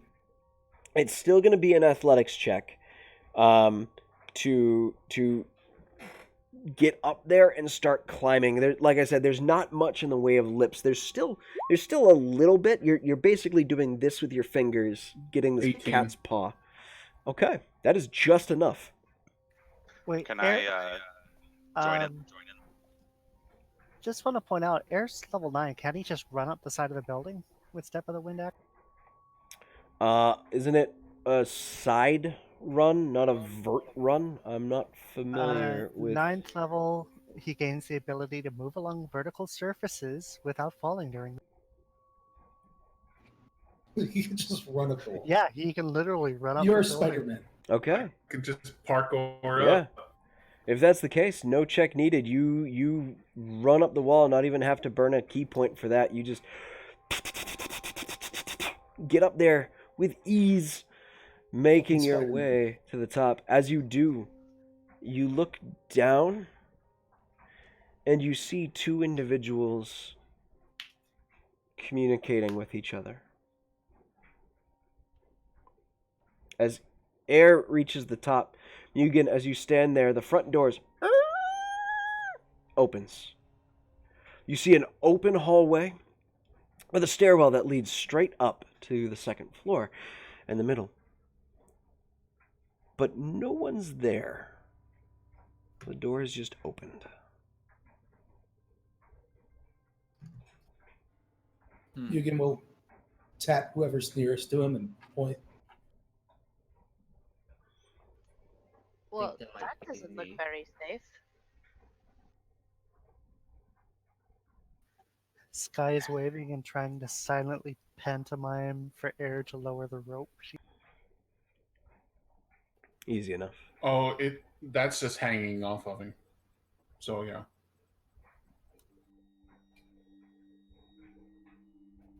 And yeah, he does so. And he'll Alright. try and is there, if there's no like protrusions or anything,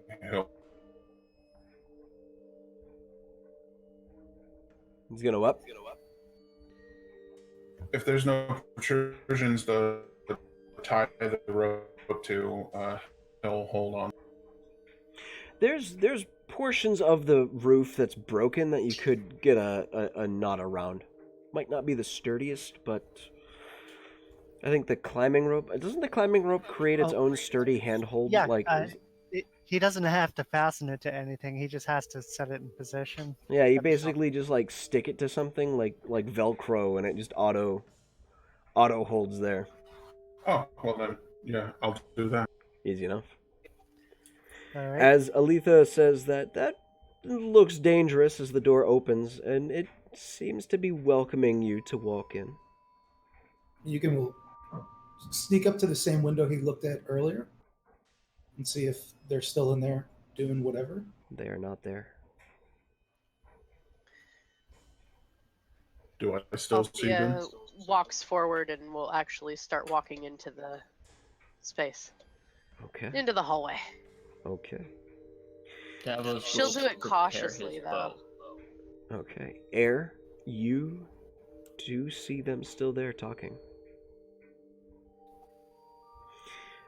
As Alethea, and Davos, you both walk in, Davos drawing your bow. I'm gonna stay at the doorway. I'm not going all the way. Stay at the doorway. Okay. Alethea, as you enter and start looking around, the home has a Victorian era feel to it. And it's a little odd because as you step inside, it is far larger on the inside than on the outside.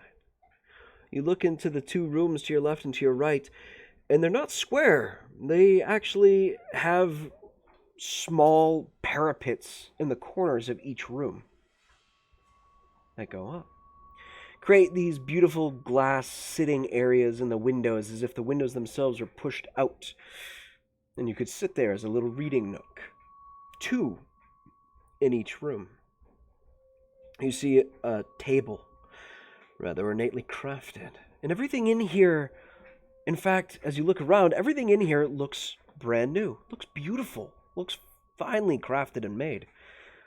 Nothing looks aged, nothing looks weathered, and there's color in here.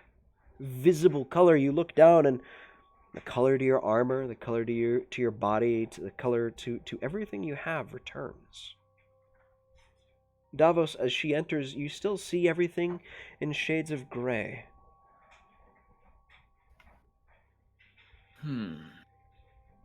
Alright. Just gonna keep my eyes peeled and take a couple extra steps forwards with my bow ready. Okay. As you enter in, I guess. as you enter in as well, the color returns. You see the same things Alethea is seeing, though you don't see anyone inside. Sky has scaled the building. Scaling the building? Okay. Go ahead and make an easy athletics check for me. And I believe with the knotted rope, I have advantage. Mm-hmm. That one's cocked. That would be 18 plus -1, so 7. Okay. Davos. Hello? As you're inside, Sky begins scaling the building, winding up next to Air. Slick, Mugen, what are you two doing? I'm using the doorway. Entering I'll in. follow. Color returns to you as well. The outside, as you look, is still gray, but everything inside is back to normal.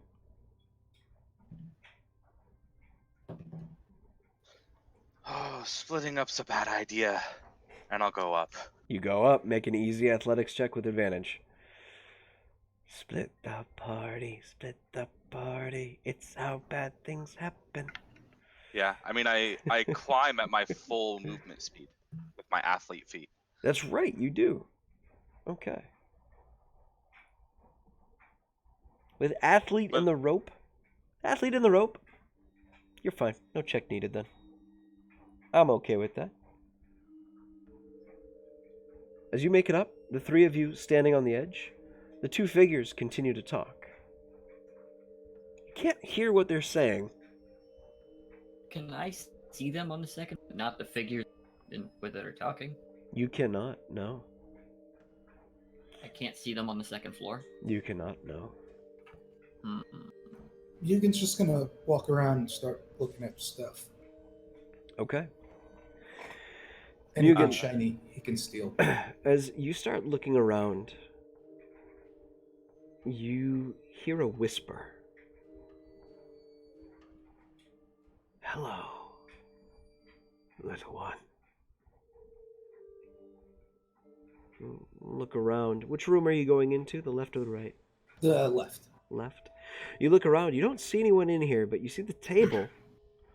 There seems to be papers, a bowl with food, maybe, inside of it. Small mantle, a clock ticking. The clock ticks loudly. It's almost too loudly. It's kind of obnoxious. Or maybe you like it. I'm not sure. You hear that voice as you enter.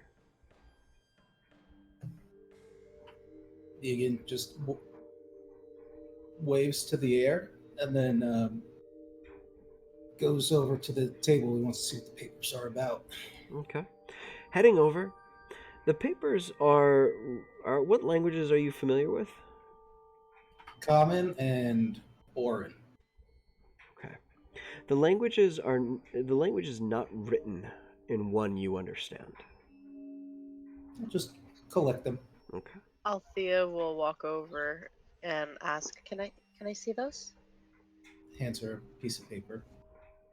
What She'll language? try and I have common, draconic, elvish, gnomish, goblin, halfling, and undercommon. Holy shit.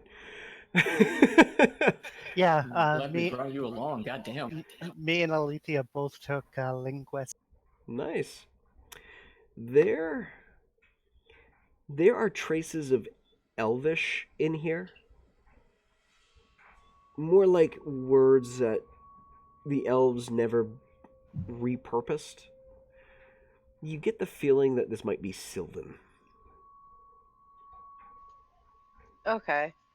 And she's like, well, I don't understand this, but it could be Sylvan. It's very close to Elvish. You can just shrugs and continues gathering the papers, Okay. hoping that there's, if they are making some sort of plague, that these notes might be the key to it. Davos is going to step back outside and go through the second. You're gonna go up? Yep. As you go outside, Davos, time stops. Everyone freezes. I had my theory of this. You look around and you get a chill to the back of your neck.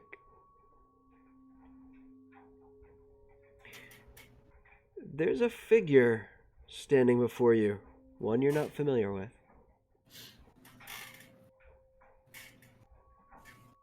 It looks Alright. elvish in nature. It's flesh, almost green and kind of receded along the cheeks. Alright, is it standing between me and the way? It is standing between you, yeah. And looks at you. Its eyes sunken in, almost hollowed looking, little green dots for pupils. Its head kind of shifts to one side, to the other, and back, for settling. Hello. Nice. Hi. What is it you are doing here, in this place? Having a picnic. You are a bad liar, Davos Blackwater. I didn't expect you to believe it. Wait a minute.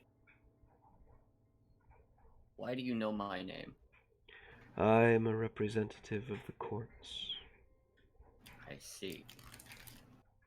And you, Davos Blackwater, I can sense you're here for something else. Well, I'm just gonna see about maybe getting a second opinion on what to say to you from my friends. I have people, so I'm gonna see what they think real quick. Be right back. Promise. Sorry. I can't let you leave until we're done talking. Okay. So what if I am here for something other than a picnic? My lord understands what you are searching for Is that so? and would offer you help. Is that so? Well, why didn't you just lead with that? Here you got me all on edge. And think, you won't have to die for it either. You just have to kill Vol's little plague master. Alright, sure, let's do that. That sounds like fun. Where's that at? It looks up to the second floor. There. Alright, well, funny story. I was actually on my way up there when you stopped me. Oh, I'm aware. But you would also have to die to be freed. I think a better method. It reaches inside of its cloak and pulls this gnarled looking dagger. It's almost the length of a short sword, and it bends like a kukri, but has multiple other blades that line its sides, giving it this weird T shape. The other end, you see, has a bone hand wrapped, aiming downwards as the pommel.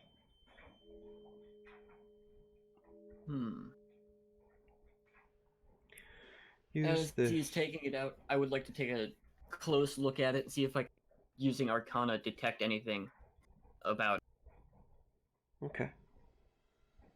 Now, granted, I'm not very good at this, but I feel like at this point Davos has learned his lesson about just picking up random neat-looking things. Alright, 10 plus 1, so 11. 11. There is magic to it. I'm not able to discern what kind, but it is magical. That is a fact. Okay, so I was able to determine that which would have been determinable by an idiot. That's great. That speaks volumes for me. So what exactly is the plan here, then? I don't think I got your name yet. My name is not necessary. This will use a portion of your life force. And in doing so, as you strike the killing blow, you will find yourself freed from Vol. I'm gonna do an insight check on this guy. I don't know if I believe this all seems real convenient. 12 plus 5, that's a 17. 12 plus 5 is a 17. He is not lying to you. Well... Oh boy, do I want to trust another otherworldly, undead-looking being? Want to take his weapon? Are you saying this out loud? No, this is all inner monologue. Okay. Davos doesn't constantly speak, okay? He does sometimes just think. Does he, though? That isn't a good question, isn't it? I'll tell you what. I'll tell you what I'll do. Davos will, take out a small piece of cloth from his waist, his little belt along his waist, and he will use that to try and grab it without using his hand. That's his plan. Maybe if his skin doesn't touch it, everything will be okay. As you reach out and grab hold of the cloth, the warmth of your flesh and body still touching through the cloth sends the hand into a flurry trying to reach out and grab at you of the bottom of the dagger. Davos will break for a moment and point at it and say, "No! Do not snatch." I would like to, This entity looks at you and... That's normal. Once you let it... Normal does not mean excusable behavior. I'm gonna have things... It simply wants to grab hold of you and join with you. Look, if I grabbed hold of every woman I wanted to grab hold of, I would be in a jail cell by now. The point is that maybe just reaching out and grabbing people is an acceptable course of action. This is what it wants. This is its purpose. It's perfect. It will release you once the deed is done. Yeah, you keep saying that, but that's real vague. My master wishes to harm your mistress and her. Well, I mean, so do I. Misgivings on other creatures. Yeah, she kind of sucks like that, doesn't she? Indeed. Okay. And I'm just gonna... I don't suppose you have like a bow, do you? No. This requires an up-close and personal touch Or you could do it your way. I'll tell you what. I'll take this. I'll play it by ear. If I use the dagger, whoop-de-doo. If I can't find the opportunity to do so, you can have it back. Either way, technically we win. We both win. She's harmed, right? Once you touch this, it will merge with you. See, It now is that... a single decision, and once the deed is done, it will release you. It is very powerful. For what it takes, it gives back.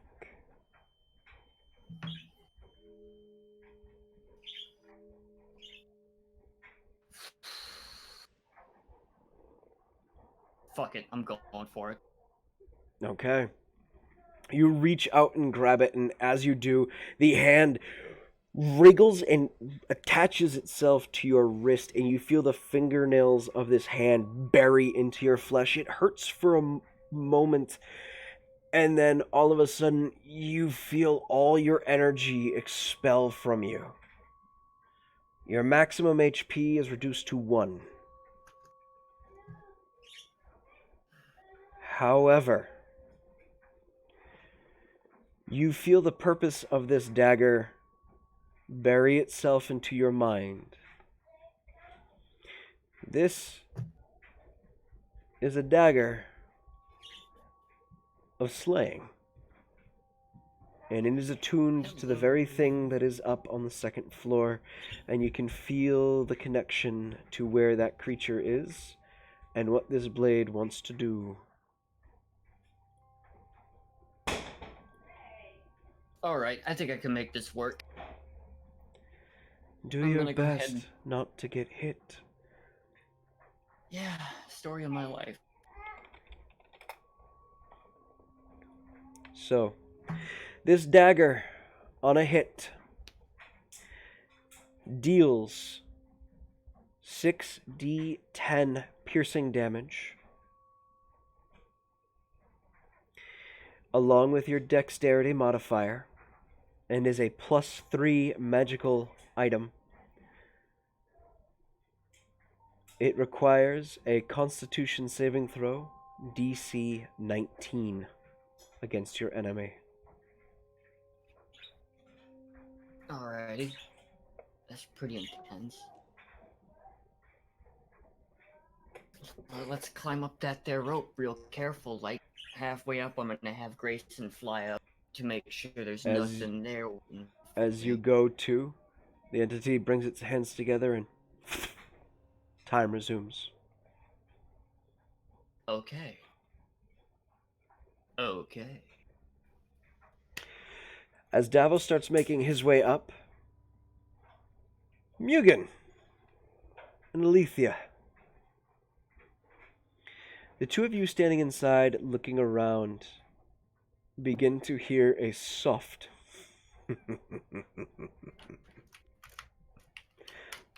laughter.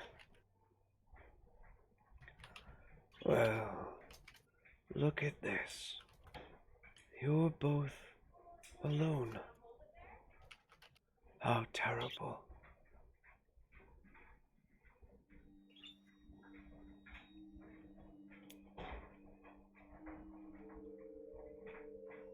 And I'm going to need both of you to make strength saving throws, as in front of you appears a series of black tendrils that erupt out towards you and start trying to smack you in the face. Strength save. And you're also muted. Is it is the creature a undead? Creature is undead that you see appear before you, and as it does, the spell that it cast has already erupted from it, and it is just... Is it targeting specifically me, or is it an area? It is an area. Okay. So my defender needs to make a save too. Yes, please. Okay. I'm just asking because undead have to make a wisdom saving throw against me to attack me. I did not know that. That is good to know. Thank you. What was that? You said con? Strength save, please. Oh, even worse. 8. 8. Okay.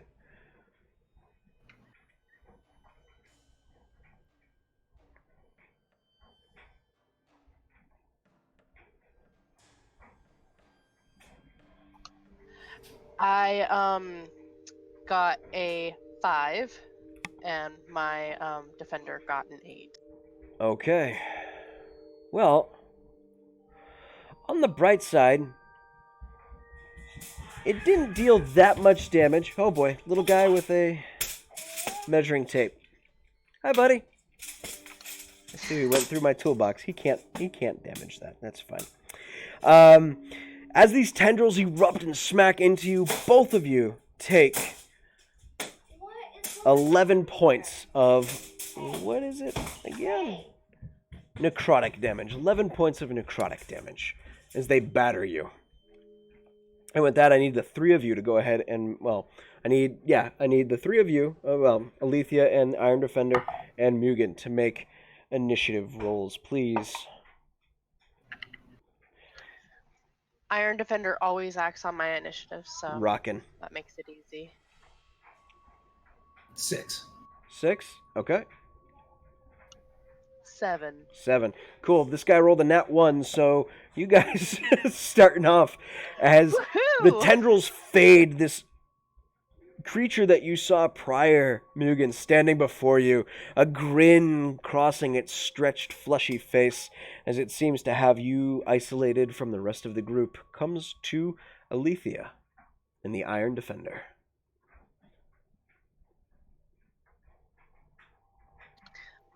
She will pull out, or she will attack with her bow Okay. or crossbow. 2 bolts. Rockin'.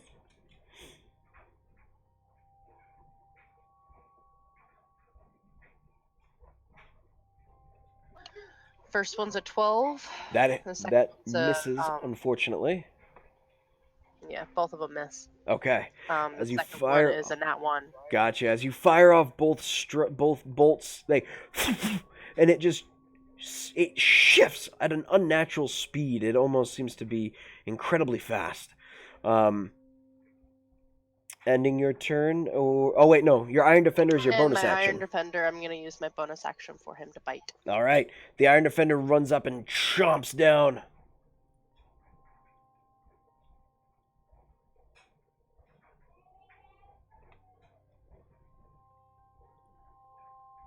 I gave her different dice. Her dice haven't been liking her. 19. 19. A 19 will hit with that bite. Oh, thank goodness.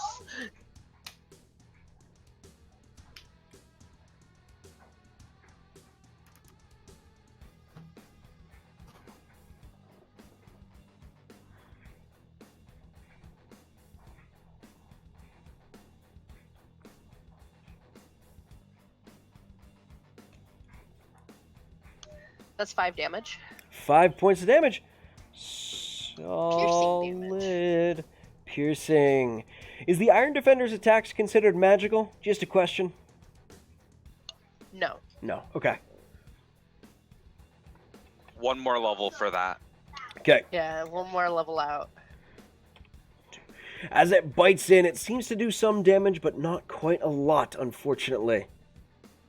It shakes its foot free. Delectable trick. As it comes to Mugen. So this, how big is this room? Because you said it was 2 stories, but It is 100 2 feet stories. tall. This room itself, height-wise, is 50 feet. Width-wise, surprisingly only 40 foot square, with a little 20-foot parapet in the corner.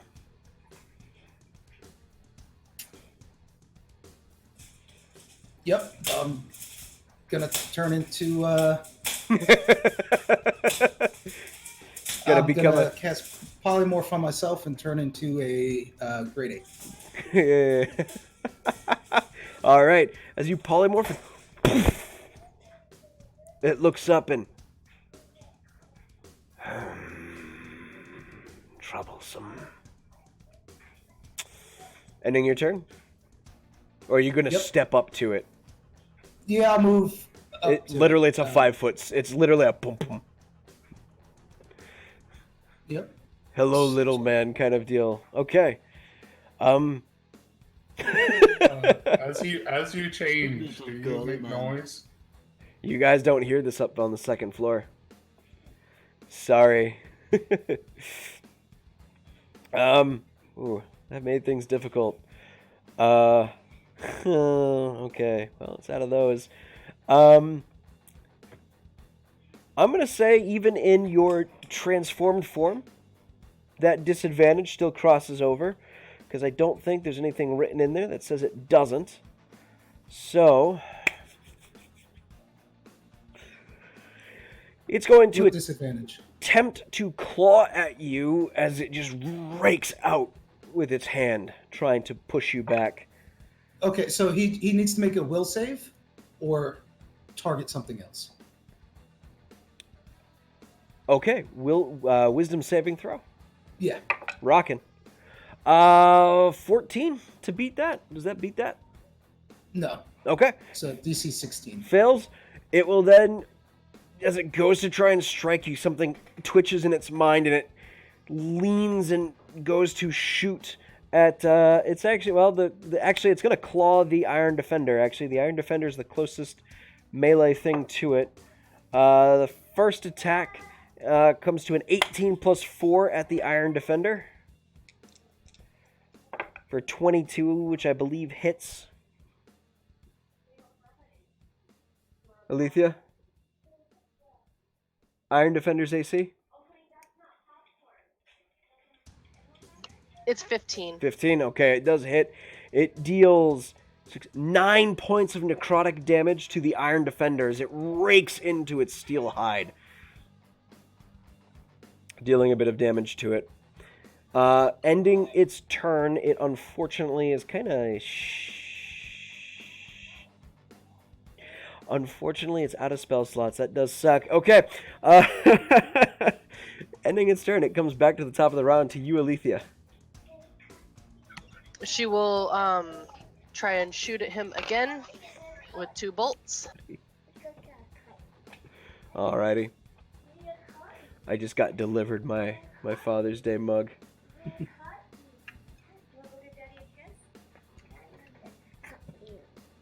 Oh, you're gonna get me coffee?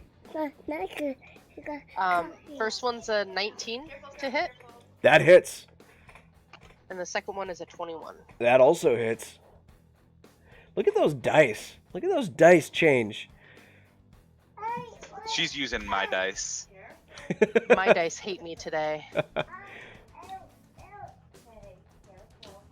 was starting to feel that way.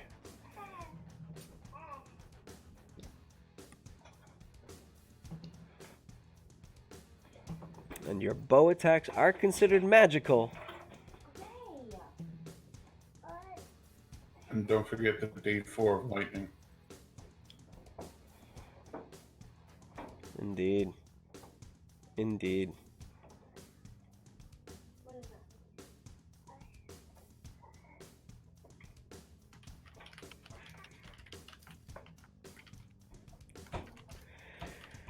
Oh, man.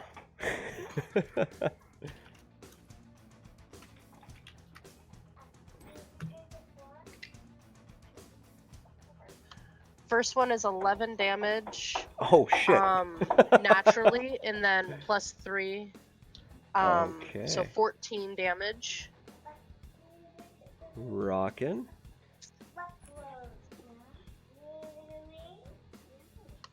And the second one is 8 damage plus 2, so 10 full damage. Alright. With your 2 bolts, this thing now starts to look like it is barely hanging on.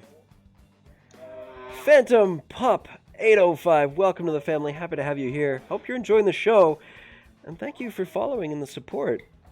Happy to have you with us, man. Enjoy. Enjoy. And then the Iron Defender will take a bite at him. Yeah. I'd say with this, the Iron Defender could get advantage on this as well, getting in behind this big bug here. Oh, man.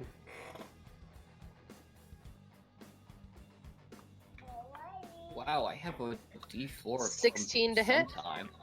Yeah, 16 will hit. And that'll be 6 more damage.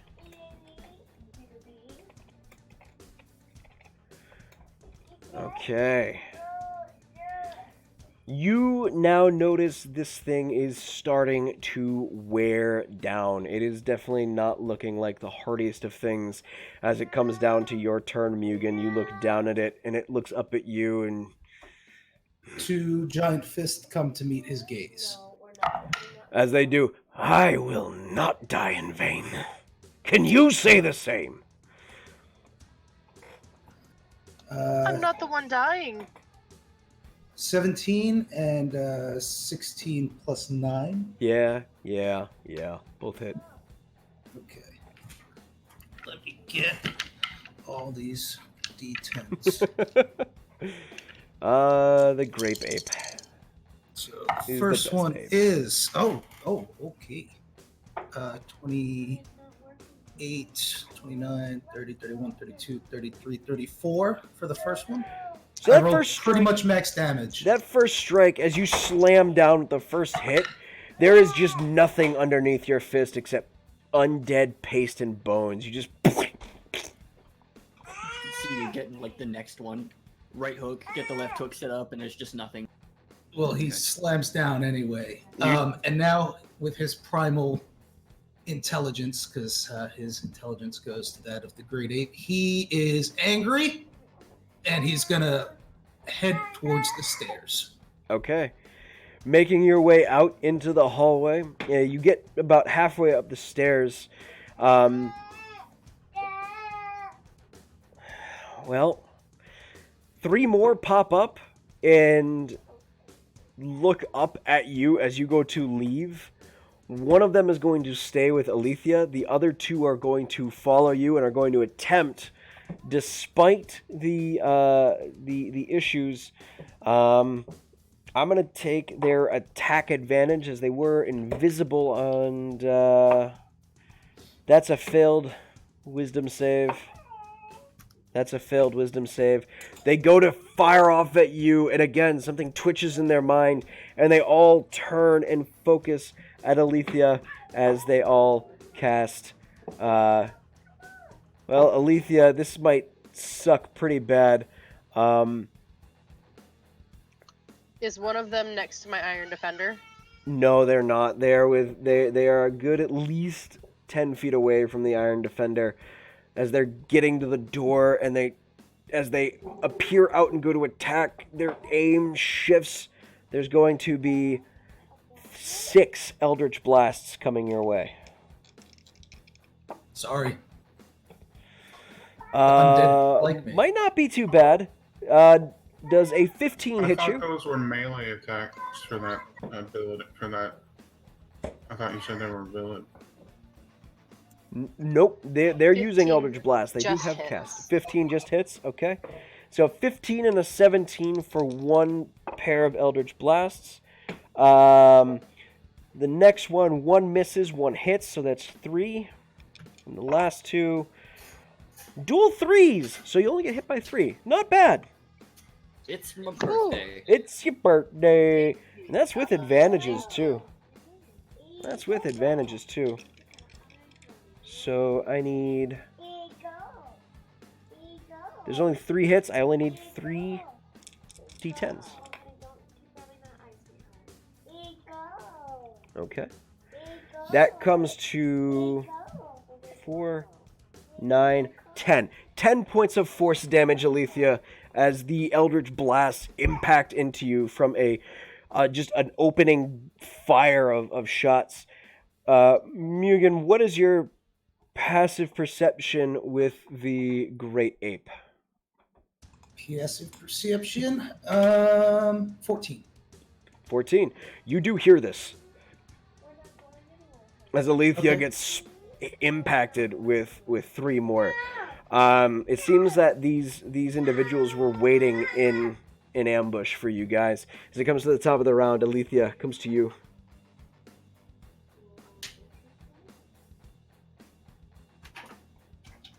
My Iron Defender also has vigilance, so he can't be surprised. He can't be, but the attacks were at you, Yeah. not the Iron Defender. Unless it says that vigilance transfers into you. Which I will double check. Oh, that's Artificer spells. I don't want that. I want Artificer. No, it just says the Iron Defender can't be surprised. That's fine. Gotcha.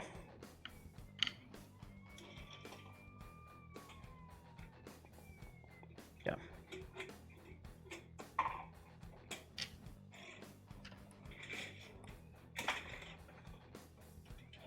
She's gonna aim double crossbows at one of them. Okay. Closest one.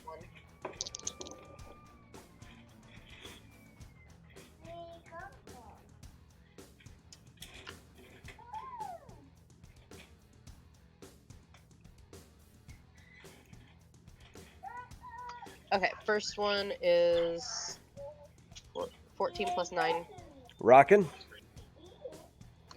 And the second one is a dirty 20. Fantastic. Both make contact. Sweet. Oh, little guy.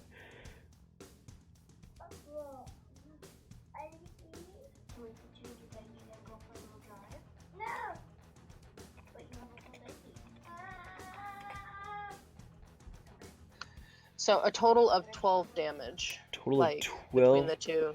points of damage. Solid. That's a solid 12 points. Both impact wait. in. Hold on. 12 plus 12. So 24. 12 plus 24. Nice. Boom, boom. Yes. All right. As you impact into one, both bolts striking true, and it actually seems to. It pauses as it looks down.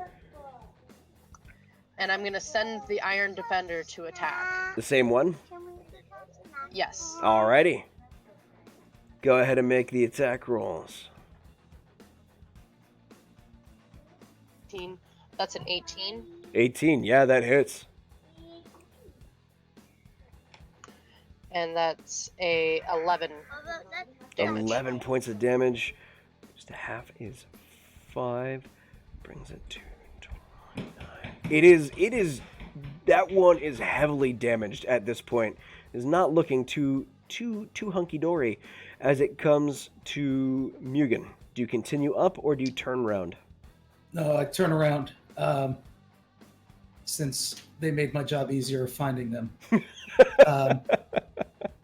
And he will move. How far away are they? They. What is your movement speed as a jet? 40 feet. You spend 20 feet to get there. You can basically leap off the stairs and be there. And he'll just punch the closest one to him. All right.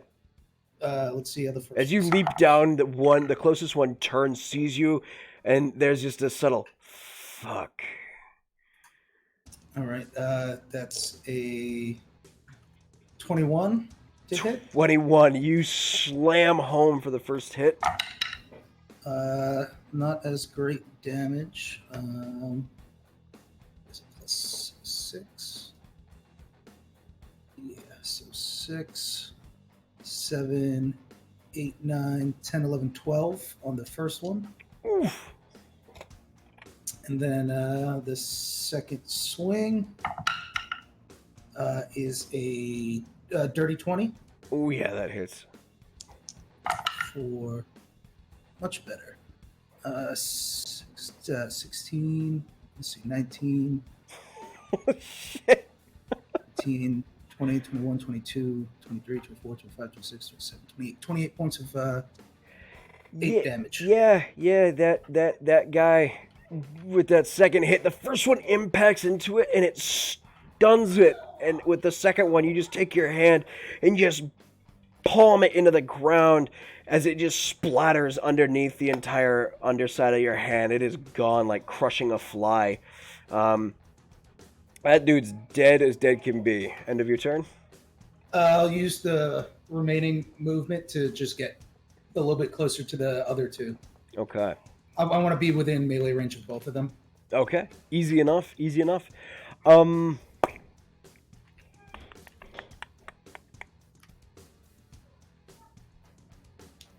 This is now a hard issue. What class are you again? Or what warlock are you? Undying? Yeah. Undying. What's that ability called? I'll just put it in the chat. Once I attack the individual, then they can attack me, or if they pass. Yeah. The thing is one's gonna use dispel magic, and it's not an attack. It says as attack or spell.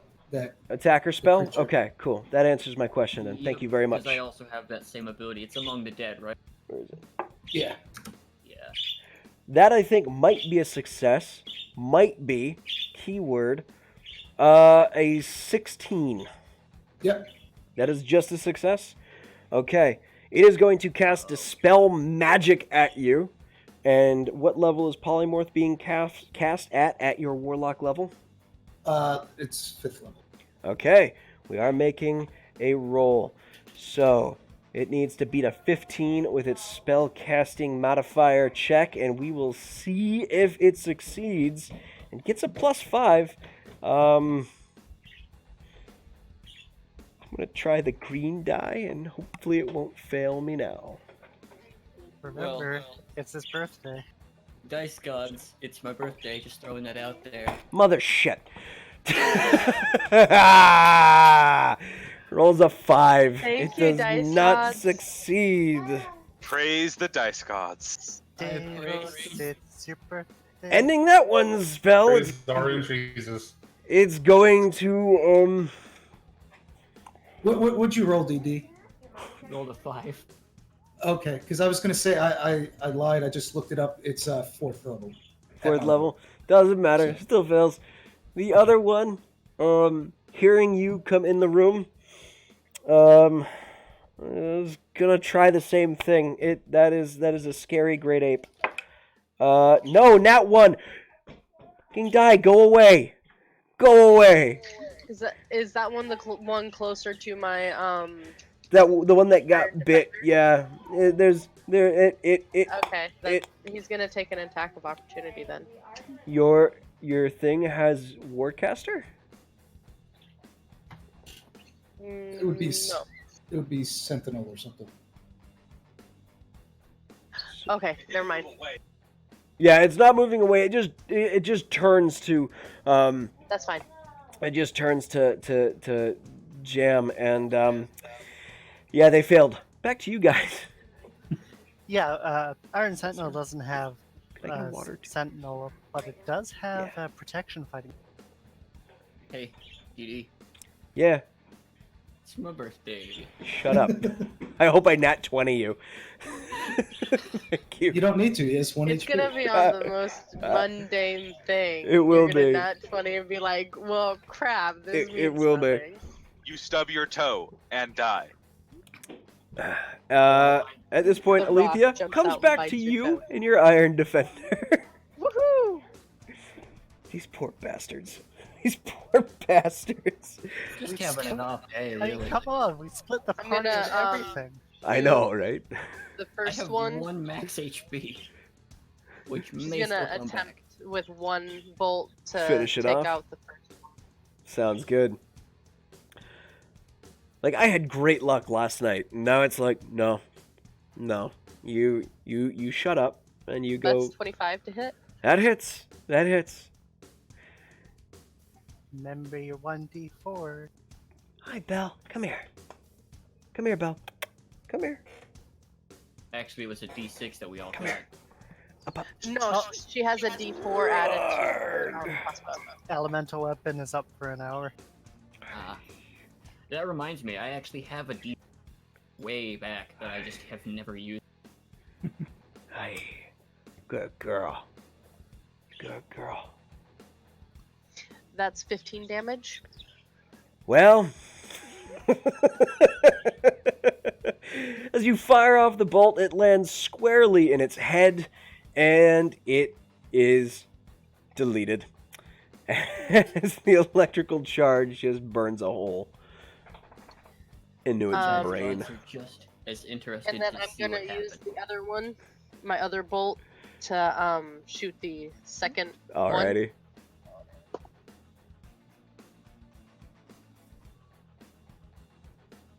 That's 21 to hit. 21 hits. Oh, so glad I gave her my dice.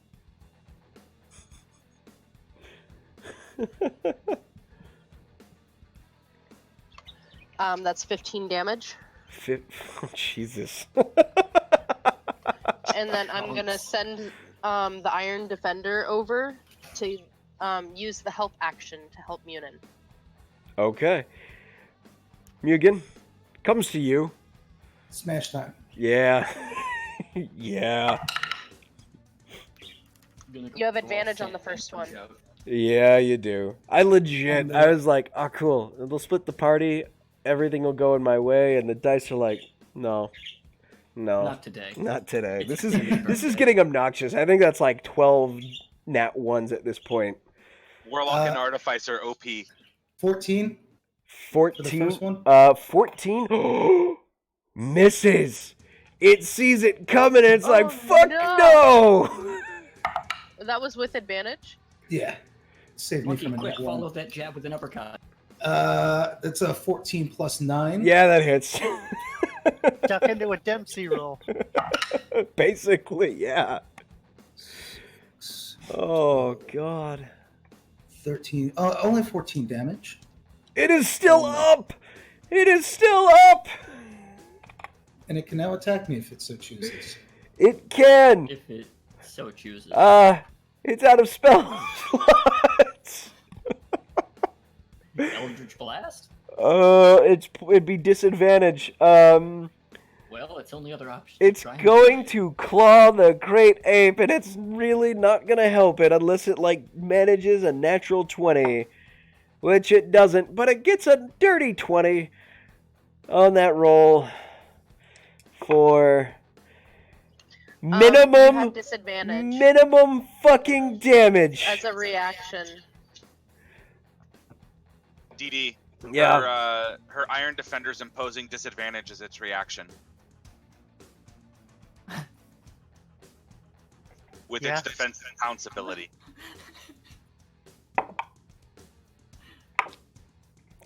Oh, my dice suck. I'm getting new dice out of the bag. It's my birthday. Fuck your birthday. Fuck your Its birthday. AC is really low, so I mean, it could still hit. No. I rolled another nat 1. I'm getting sick of this Okay. shit. All 5 of my DD classic dice have been rolling nat 1s. They're like, no. We want to see what happens when someone breaks a Warlock Pact. This is interesting. This is interesting to us. No. Go away. Even the Eldritch gods understand what kind of coolness. No. I don't buy that. We're getting new dice out. There, 3 new dice. There, actually 4. My Dwarf of Dunedain dice are out in the playing field now. Hey guys, you can hear the dice conversing to each other. Hey, did you hear it's Davos'? That was his birthday. It's God. my birthday. God, what the hell? Does that make Davos the really like off horse from All Dogs Go to? Comes to Alethea. Davos, king of the The Grand Shahi?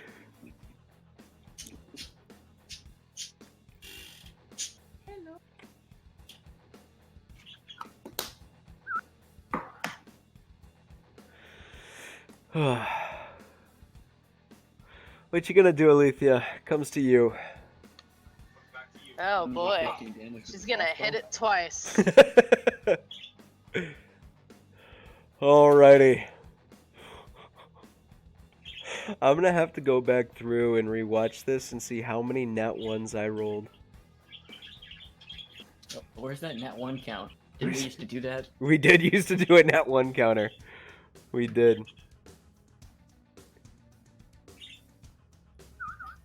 Let's see, that's 4, 5. Fuck it, it's numbered.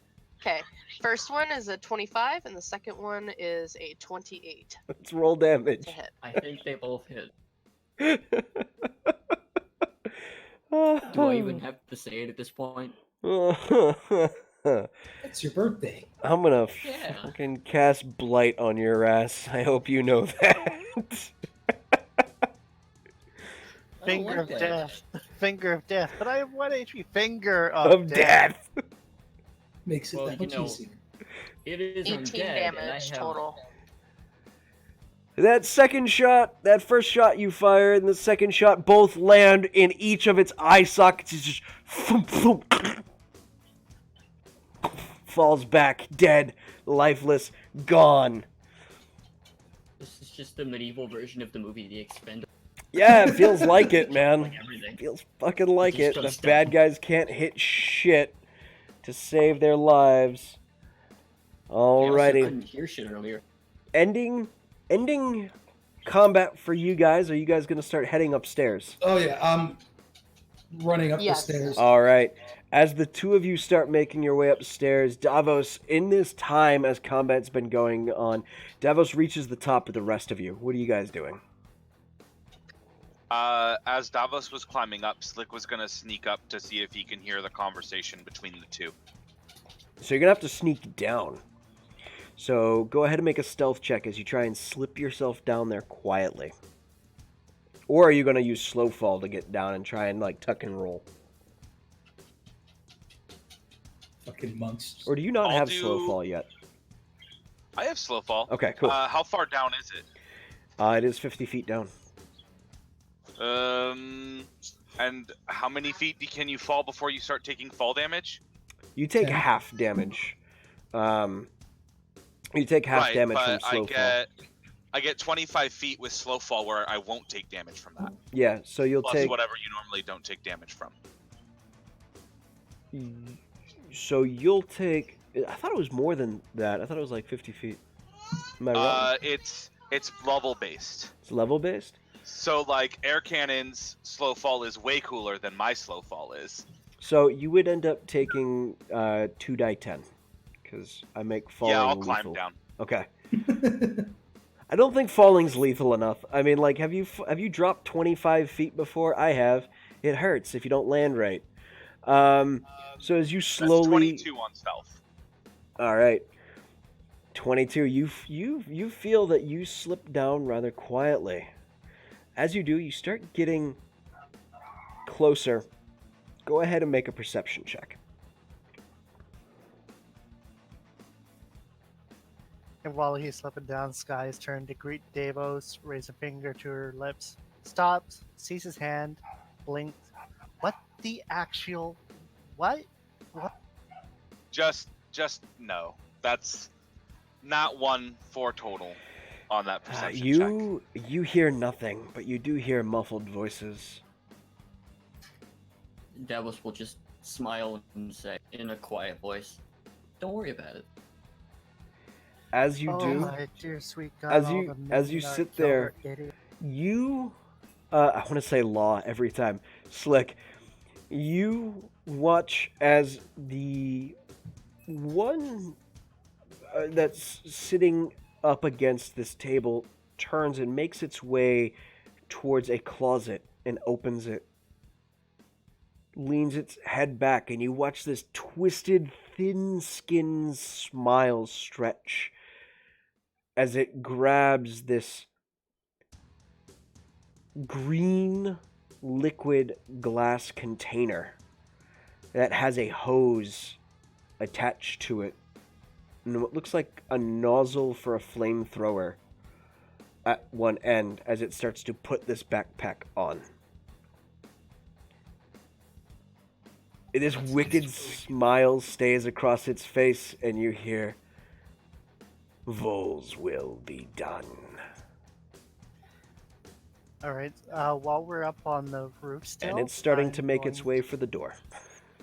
I'm going to put my arcane turret between myself and Davos as a defender turret.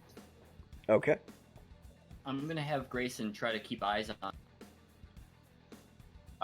I'm gonna try and find a nook that I can dash into to hide as they're coming toward the door.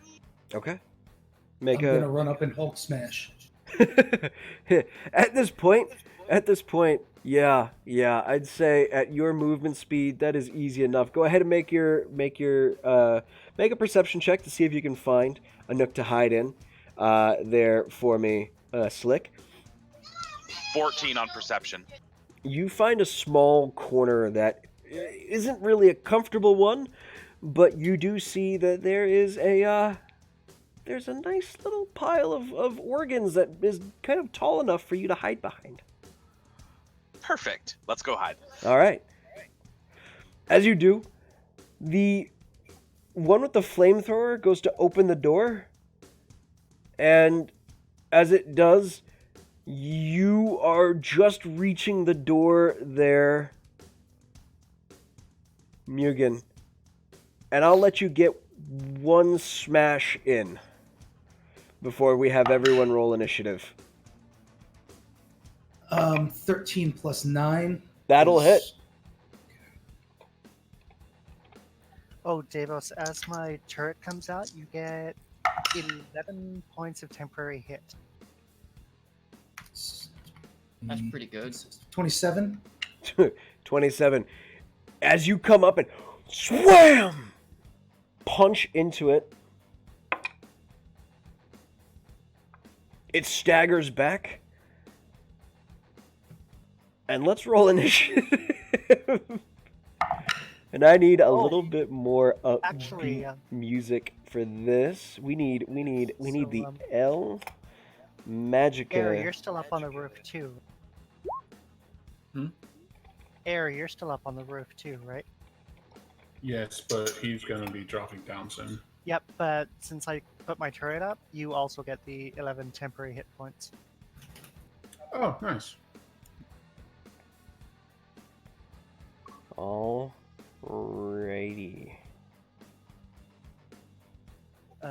12 initiative. Alright. 10 for Mugen. Oof. Okay. So 10 for Mugen. Sky, 12 you said? Yep. Okay. Davos? 17. Okay. Alethea? 2. Oof. Slick? Big oof. No, not really into it. Alethea's times 10. 20.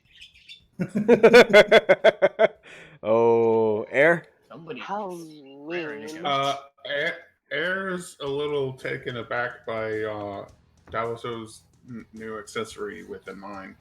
Okay. Okay, Oops, casual 9. that's an asterisk, not a 9. That's a completely different thing.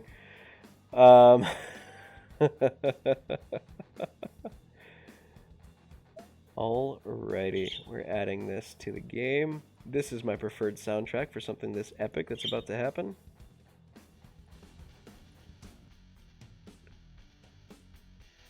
Because I love the riffs on this. Alright, as we get into the top of the order, comes the Slick. Now that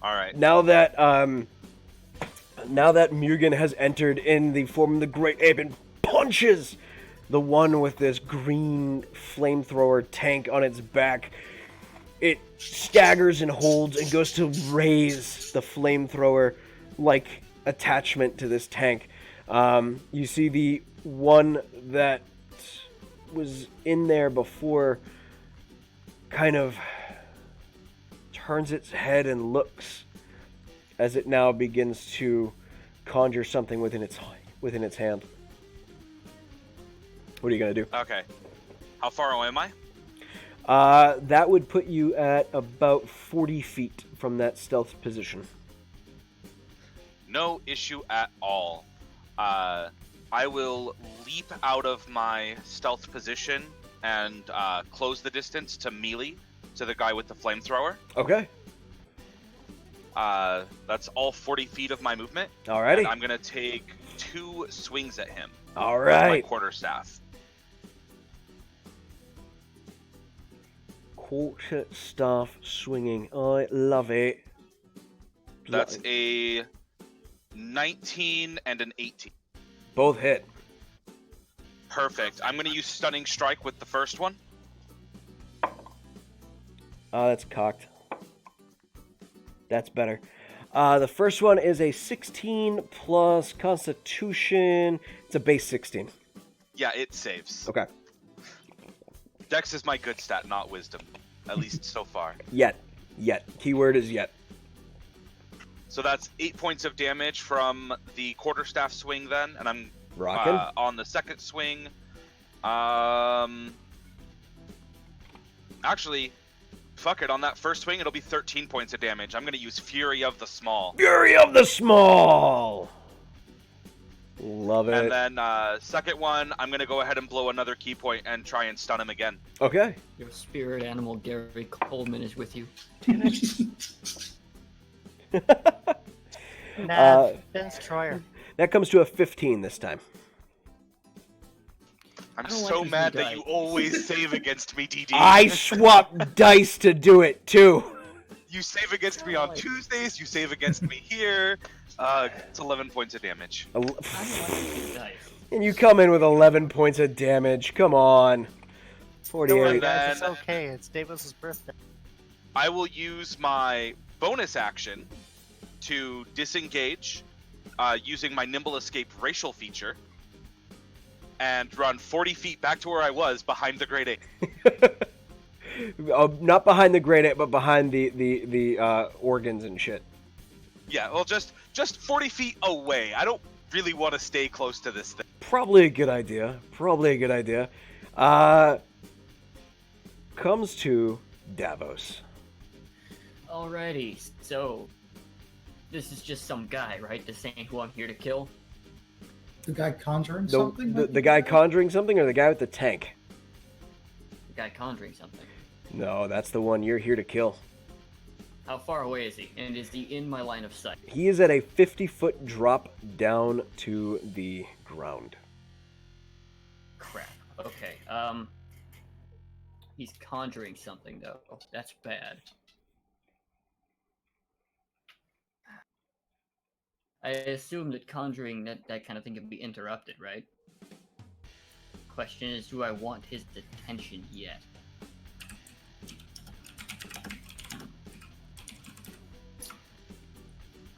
Can I command Grayson as a bonus? Yes.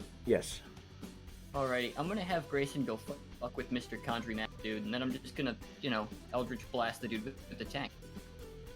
Okay. So you're having Grayson attempt to give someone a advantage with a help attack. I don't think familiars can really do a major in the way of harrying. Let me double check. Yeah, I just need Grayson to maybe peck this dude's eyes out or something. Disable Yeah, him in familiars some can- way. A familiar can take the help action, but it doesn't count as harrying for the purpose of like flanking or anything like. So if you want, you could have him make an attack. It would be a D20 plus 3, right? No, it would be a plus 5 to hit, and if it hits, it deals 1 point of slashing damage as he just claws out with his little bony claws. Can it interrupt things? Is the question. Maybe not. Yeah. Maybe, And if maybe it does not. damage, you have to make What a I mean is, check. would it require a save after being hit by? You'll have to find out. I guess I would. Yeah. I mean, either way, I'm probably gonna have him do it just because All Grayson right. needs to get Go it. ahead and make a D20 plus 5 for Grayson. 13 plus 5 is 18. So that's 18. That does hit.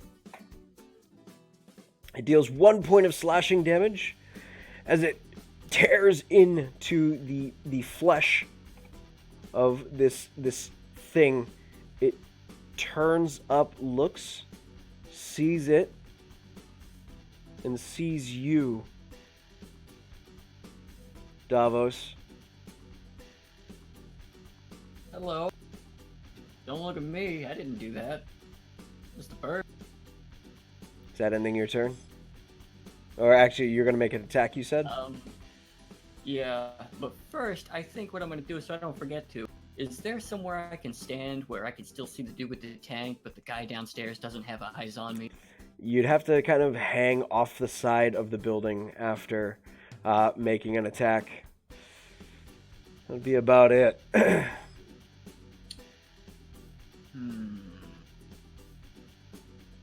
but Alright. you wouldn't even be able to see in. You'd have to make your attack and then drop down and hang.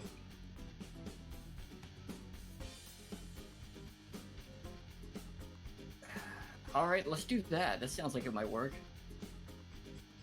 Let's go ahead and Eldritch Blast boy with tank. Okay, make your attack roll.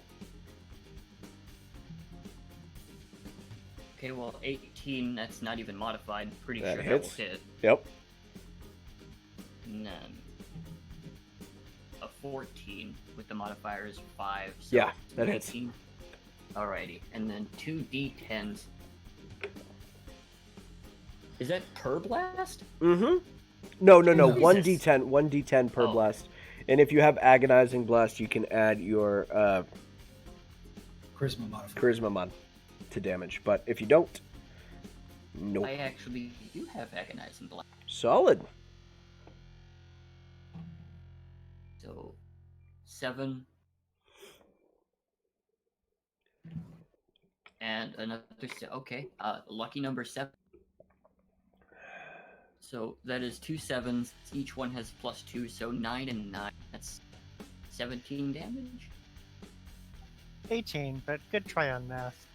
Shush you. Okay, it's my birthday. All right. Let's see if one of these poor rolling dies will allow this to happen. As with that, you fire off both beams of Eldritch energy, and that was for both damage rolls, or just one? It's 1d10 per damage, right? Yep, but was that both of them combined? Yeah. Okay, with that,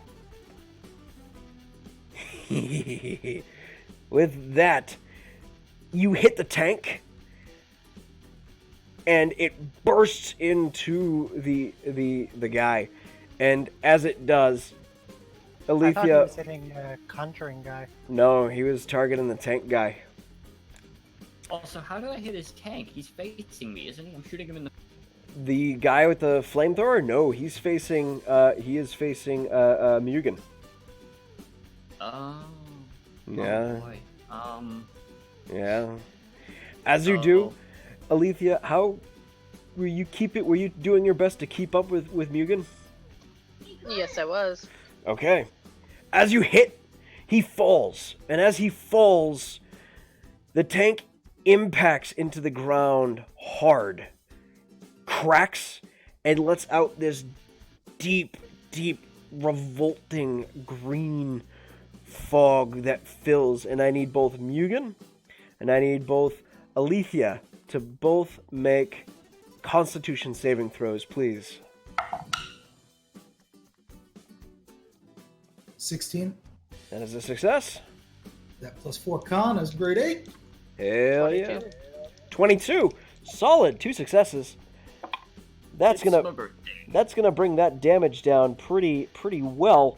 What would have been 21 points of poison damage is brought down to 10 points of poison damage to each of you. And that that cloud is going to stay there for the next 5 rounds. So, starting your turn, you will need to make another con save in it. Once you move out of it, you will be free. And moving out of it will actually get you right up to the big, the dickhead that Davos is here to kill. Is the dude on the ground dead? Oh, he's Like- dead. Yeah, he did. Okay. His Not head moving. got popped in. Got it. Um, And I made my con check for the poison, so you my took that. concentration. Oh, you did? No, I made. Oh, it. you did. Okay, awesome. So, Awesome. still- Davos, are you dropping off to the side, or are you staying there as this guy is now looking at you? I think I'm gonna try and find somewhere to hide in this. On the roof? Oh. Or are you gonna drop down? Yeah, I guess I'll go down there. Maybe. You know what? Actually, I think I'm just gonna. So is the roof flat or is it? Or It is slanted? an angled roof, my man.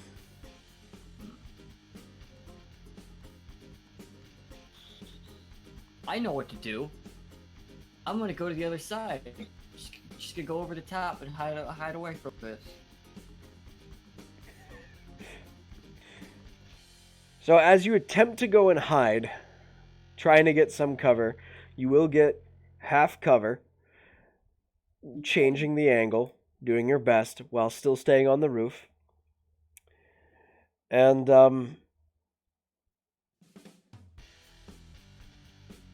ending your turn. Yeah. Yeah, hopefully I'll be okay over there. Sounds good. I don't like the way you said that. Remember, it's my birthday. I know it's your You have to be birthday. nice to me. I know it's your birthday. I don't have to be nice to you. Are you kidding me? I don't have to be nice to you. I know, but it'd be sweet.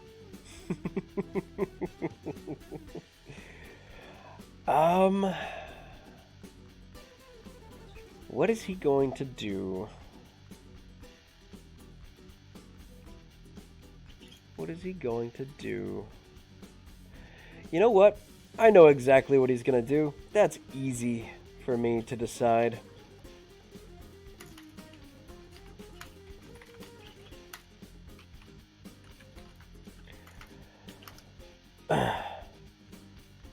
Quick question: the ooze, does that count as like a disease? It does not count as a disease. You Okay. because you succeeded on your saving throw.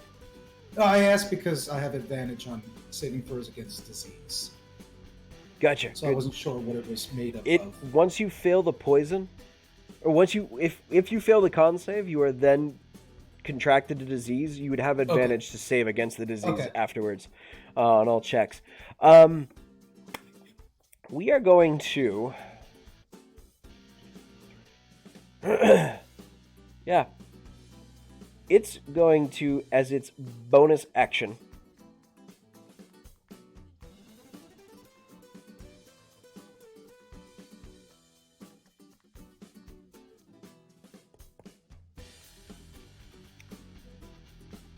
Yeah, oh man, oh man, oh man. You know what? As an action, it casts Fly on itself and flies right up towards you, Davos, and looks you square in the eye. You are the traitor one. I recognize that face. I didn't betray anyone. It's good to see that I can please the queen and gain her favor. Better idea. Hear me out. Don't do that. And I actually just have to check on this. I'm pretty sure you have to make a charisma saving throw after that resounding rebuttal. It's my birthday? How about no? You're right. I suppose. I just. Oh, wait a minute. It's my birthday. Oh, my bad. Alright. See you later. Okay. You wouldn't kill a guy on his birthday now, would you? It's okay. It's okay. He already used his action to cast fly. He did use his action to cast Fly. However, Bonus action attack. it's going... No, it can't attack after casting Fly. Bonus action! It's going to tickle you. No, it has nothing for a bonus action. Actually, I'm going to roll for a tickle. Motherfucker! Did you actually just roll in that one? On a tickle? There's your fucking proof. Hold on, there it is. There it is. There's your fucking So proof. what does that mean exactly? It means he reaches out and he caresses your arm gently. Can I stab him with the dagger? No. Damn it. Not until it comes to your turn. Ending its Look out. turn. Look out, Davos. He's trying to seduce you back to Bolo. So... Motherfuck today. Motherfuck today. Brings us to Sky. See, everybody, I have a plan. I just baited him into tickling me. That was the plan all... Oh, son of a bitch. If you're not careful, you're gonna end up marrying him. And you'll never leave Vol. It won't be a pact breaker. It'll be a pact remaker, and you'll be all set. God damn. I don't even know what to say, dude. I'm actually almost. I kind of feel a little bad about that one. I'm I've upset. been on the receiving end of many nat 20s, so I'm upset. This is like every nat 1 come to find me. No way. With how many nat 20s you always roll on Tuesdays, I have no problems with this, right? This Yep. is So, this is sorry, upsetting. who's This turn? is upsetting for me. So, who's up next? Sky. All right. So if I'm understanding this right, Davos was hanging off the edge of the building, and the guy Pepper. flew out to greet him. Yeah, the guy came up and went to reach out to Davos and missed. It's angled, so I went around to the other side of the roof. Yep. All right. So where's the channel person currently flying? You'll have to just kind of rise to the peak of where the break is in the roof, and you'll be able to see him. So he's over the break still? Yep, he actually flew up and is level with Davos. Okay, slight risk, but I'm gonna do it because this sounds like a good plan. I'm gonna use my last third level slot, but I'm gonna cast a spell magic. What are you casting? Spell magic on the flying guy. Okay, that's fair. That's fair. Middle fingers and counter spells. We're just gonna end up bullying this poor guy. But then for some reason, I don't have to I'm gonna roll tickle for this it, guy. but he counter spells your ass. No, that's all right. Let's see. Da-da-da-da-da. Poor undead. How far away from me did Davos move? So still about what? Opposite side would be whatever his max move speed is. About 30 feet. So, And I have the turret between myself and Davos, so did you move your turret with you, or uh, how The far can it turret- move? I summoned the turret. It was within 5 feet of myself. Yeah, how far can your turret move? It can move 15 feet. Okay, so it won't be able to see the guy, but it will be able to move. It just all I need is for it to get within 10 feet of Davos. It's not going to be able to get within 10 feet of him. Davos moved 30 feet from where you guys were. If it only moves 15, it's still got 15 feet in between you guys. All right. Then all right, then I guess I'm gonna move my 25 feet along the turret and start moving towards Davos. And the turret's gonna move with me on my bonus action, and yeah, it's gonna give me a few more temporary hit points. Sounds good. Sounds good. Okay. That's another 8. Another 8. Solid. Solid. Ending your turn. Yep. Comes to Mugen. There is nothing left but our... I do need you to make a con save. Okay. you need me to make a con save? Please, yeah. Starting your round in the poison cloud. All right, 8 plus 4, 9, 10, 11, 12. As a failure, you do take 18 points of damage, and you contract flesh rot with this. Sorry. Didn't expect this to happen. And on your next turn, you'll be able to make a con save with advantage against disease to cure the effect. It is a once an hour. This version of flesh rot will deteriorate your Constitution modifier. So as long as you succeed before your con mod drops to nil, you're good. And drops it by 1 every hour you suffer from this disease.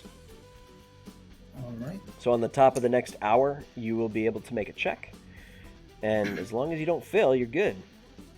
Can I reach this guy? You cannot. He is up in the air 60 feet. Unless you've got... What's your strength? 23? 23, so that gives you a 6. Plus 3 is 9. Plus, if you were to do a running jump, that would double. I also have a climb speed of 40. Climb speed of 40. You have a reach of 10. If you want to scale, if you want to try and scale the wall and make a leaping attack out at this guy, if you're cool with making it at a disadvantage to make this leaping attack, I'm cool with giving it to you. Alternatively, is there something big and heavy that I can use for my rock attack? There's tables. There's a table. There's All right, there's You're there's a giant, there's a eh? Take bureau. a piece of building. There's a ready. table. There's a Ladder bureau. match, just There's kick his ass. I'm gonna move out of this icky zone and then launch a fucking table at this dude. all right. Go ahead and make a table. It's a TLC match now. Yay! 11 plus 9 is 20. Yeah, that hits. All right, so that's 7d6.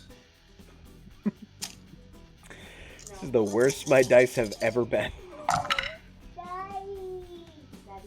That's not too bad. Not that great. That's 8, 10, 15, 16, 17, 18, 19, 20, 21, 22, 24 points of table damage. Oh yeah. Yeah. How much? How much cane damage did you just do to this guy? 24. Oh shit. Oh yeah. 24. Well, that definitely rocks its world. Okay, let's make that saving throw. I swear to God, if I get another nat 1, I'm going to lose my shit today. Just succeeds. It's Constitution saving throw. To concentrate. Oh. Fuck you, dice. It's okay. Check another table at him. And Okay. he will. Yeah, that's it. That's it. Sounds He'll good. roar and beat his chest in Roar and beat his chest. Okay. big monkey fashion. Air comes to you. You're still on the roof. Yeah. How far away is the dude from me? 30 feet.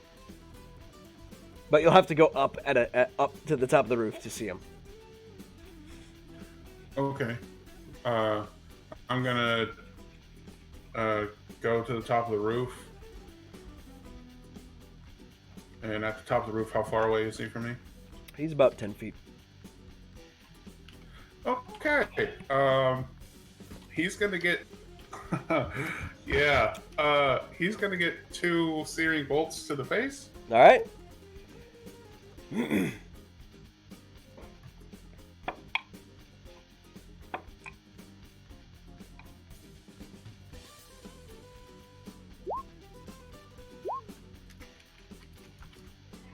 That's a 22 and a 25 to hit. Yeah, both hit.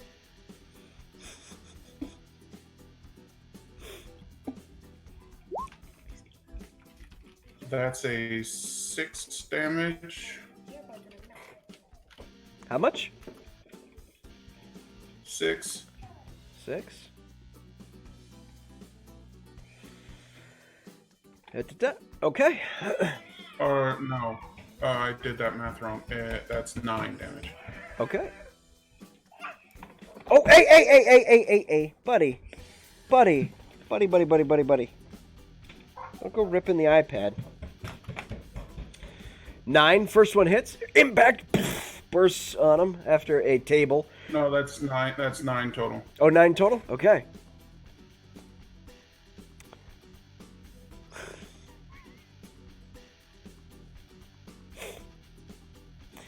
So So And let then- me tell you and the then- course. Let me tell you the course of the last few days after finding out what Davos wanted with his character arc and wanted to do this Sunday.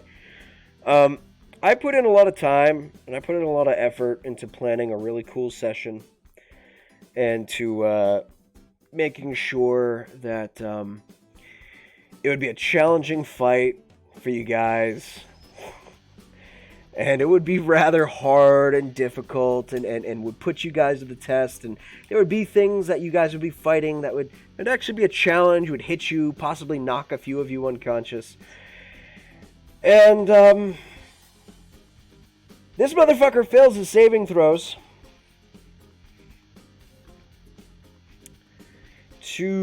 As he falls, can I use my bonus action to do a level 2 burning hands? So if your turn wasn't done then go ahead and use your burning hands. And I'll make the dex save. Oh sure, we saved that!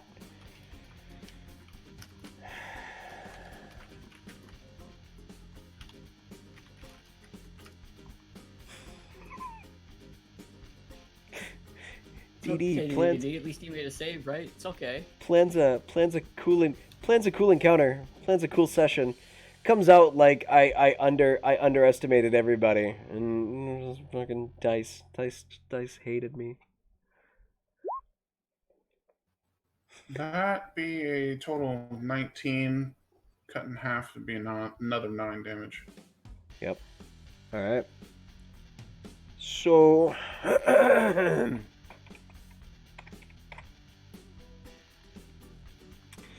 As you launch out a burst of radiant key energy, he falls. He is going to try and grab, hold, Fit in that one. motherfucker. Couldn't even roll. It's my birthday.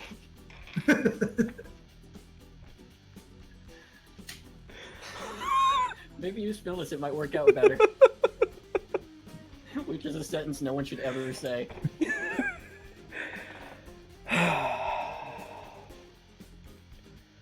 I guess I'll roll 60-10. I mean, I've been doing it, so. Yeah, don't worry. Soon it'll be Dable's turn, and then he can roll 60. Yeah, I'm gonna stab this one. Nobody knows that you're there to stab this fucker and kill it. So, Except me. except you.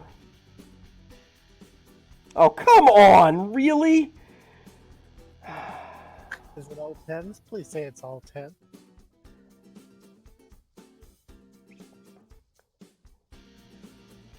This thing actually 16 die? plus 13 plus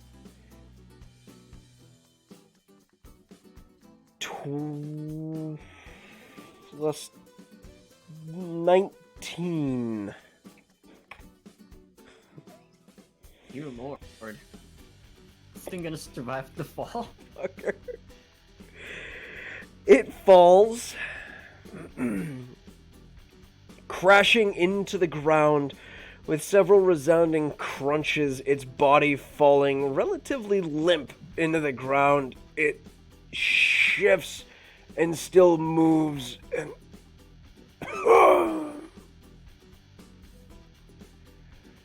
It's okay, Davos. I think he's just paralyzed. Go finish him. it is still alive. We It turned him is- into Joe Swanson.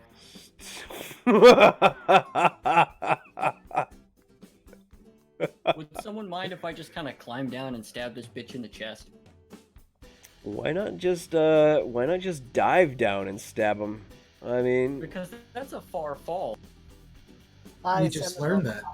I send the robot climbing over this. well, luckily it's not your turn, so you can't do Yeah. that. It comes to the top of the order with Slick. Actually, you skipped Oh, shit, at Alethea. 2. Sorry, yeah, Alethea. I have two names there. So it's Alethea, Iron Defender, and then there's the two. So Alethea, I need you to make a con save as you start your turn in the smoky, poisony cloud of goddamn this sucks.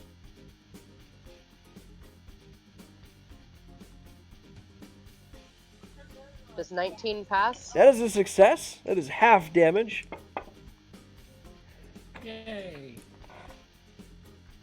Half of 3 is 1. You take 1 point of poison damage and Thank do goodness. not suffer the effect of flesh rot as you use your movement speed to get out of the cloud. Yes, she is getting out of the cloud, and then she will use her action to cast heroism on herself. Casting heroism on yourself. Okay. Bonus action. Your Iron Defender. How far can your Iron Defender move? It can move. Let me go look. 40 feet. That is not enough for it to get up to the guy while he's prone. But it does move in through as well.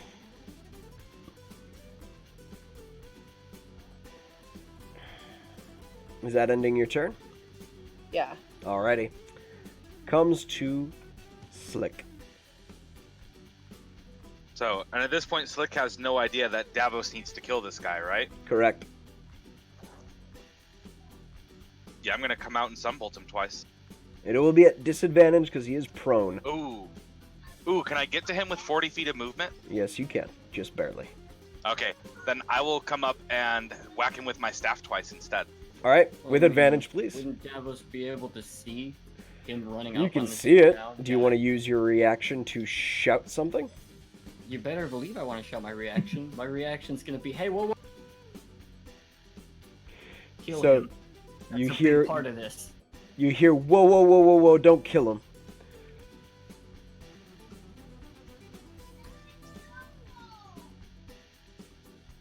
All right, I'll run up on him, and I will hold my action, my attack action, for if he stands up and tries to make an offensive move. And I'll stand over him with my staff and just say, "Stay down." Okay. Davos comes to you. Alrighty.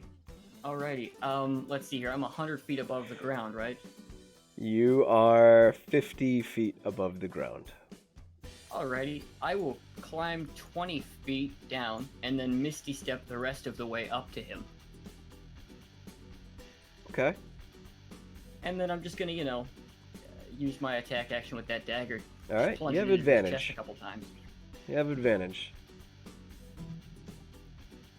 First one's a 14. What's the modifier on that dagger? It is an additional +3 to whatever your dex mod is.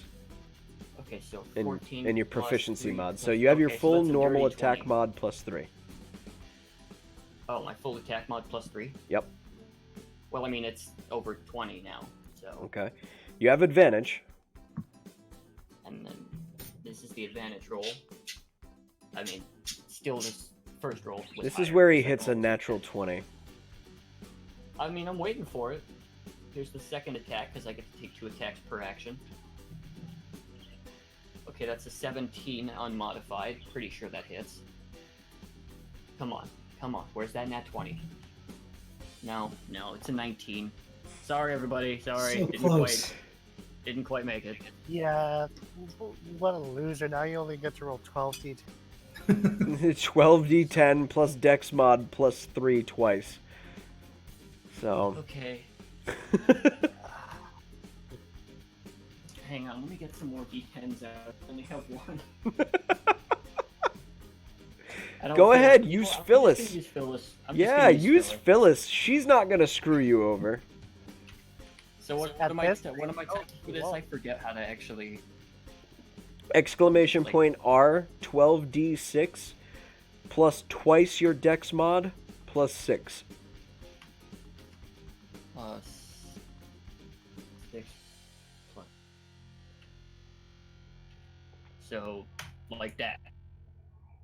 Clearly not, because it didn't do anything. You need a space in between the Yes. R. So exclamation point R So space. you get an extra plus 12 on that 12d6, 12d10. Is it 12d10 or 12d6? It's 12d10. Oh. Jesus. 12d10 That's plus 12. 95 damage. Oh my god.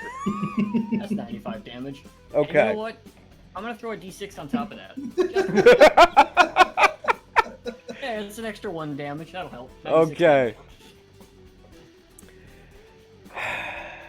I'm just gonna turn this into like a Michael Myers slasher flick, to the point where you can almost hear the. Davos, as you climb down 20 feet and then leap out into the air as you then misty step the rest of the way there, there's a moment before you slick where you just see Davos and then the blade inside of this entity's chest. As he does, he pulls the blade out, spins it, and jams it square into the forehead of this entity. As he Right does, there. in just a brief How a moment professional sticks it to the man.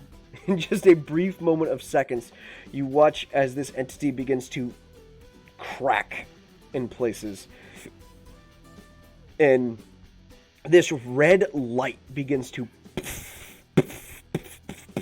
glow out from portions of the body. As it... Oh, I step back. That's freaky. Yeah, okay. As it does, Davos, you go to move, the blade is stuck in his head, and you are stuck in place. As you go to move, you see the lights overwhelming your body continuously. Now, as you hold there, and Remain calm. you watch as the body begins to emit heat over you. Gritting through your teeth, you hope nothing happens, and you feel the body get sucked out from underneath you. For the sake of it, we're going to call this slashing damage. Oh. Fuck my dice tonight. You take 3 points of slashing damage off a 3d6. And, you feel the body get sucked out from underneath you and pulled square into the dagger. And as it does, the hand pulls out of your arm and releases from you as the hand then rotates itself square upward. And once again, time freezes as you're holding there. And this entity that you once saw stands before you, grabs the dagger. Very well done. Now, sleep. And as he says this, time resumes. And all of you watch as Davos's body lurches backwards, his head flinging into the air, as the eye begins to emit a series of bones that just begins spewing from it like a giant spider. From it, a large plume of white erupts as well as these bones begin to press themselves up and lift out of Davos's eye socket. You see this glowing liquid eye shift and look in all directions. It skitters back up the walls, and you hear this never-ending screech coming from it the whole time that it does. I need everybody to make a wisdom saving throw. Except for Davos. Davos, at this moment, you are currently incapacitated.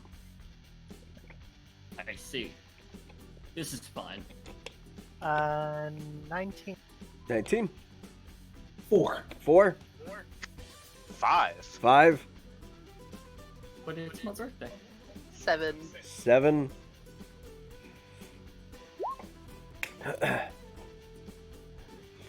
This is the part where we TPK. No, it's not that much damage. It's okay. If it's a fear, Alethea is immune, I believe. Air also gets a 5. Okay. Man, I can't roll damage to save my life today. It's to save hours. Feels like it. 10, 15, 18. Everyone who failed, so anyone who rolled below a 15, you take 18 points of psychic damage. And Sky, you take 9 points of psychic damage as this screaming eyeball bone spider just lets out this banshee wail as it crawls its way out. These tremendously long 100-foot bone spider-like legs as you hear the clittering and clattering of them just rolling over the wall as it escapes and skitters out into the night. Well, into the just in between twilight or dusk or dawn. It's hard to tell where purgatory is time-wise, but it disappears into the gray. At this point, Davos's body is drained of energies. His eye missing, one patch covering. His body looks weaker and heavily damaged. There is a reduction in strength from him visibly seeable. It looks as if he's lost potential and talent. Davos.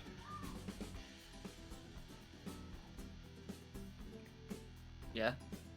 High or low, and keep or loss. High will be lost. Okay. Davos, would you like to, or shall I roll the D100? I'll let you roll it. I want to see what happens. Okay. They'll roll in that one on the percentile. If I do that, I'm going to walk away. Fair warning. I might actually leave my chair for that happening. Okay. 97. Wow. Out of 100?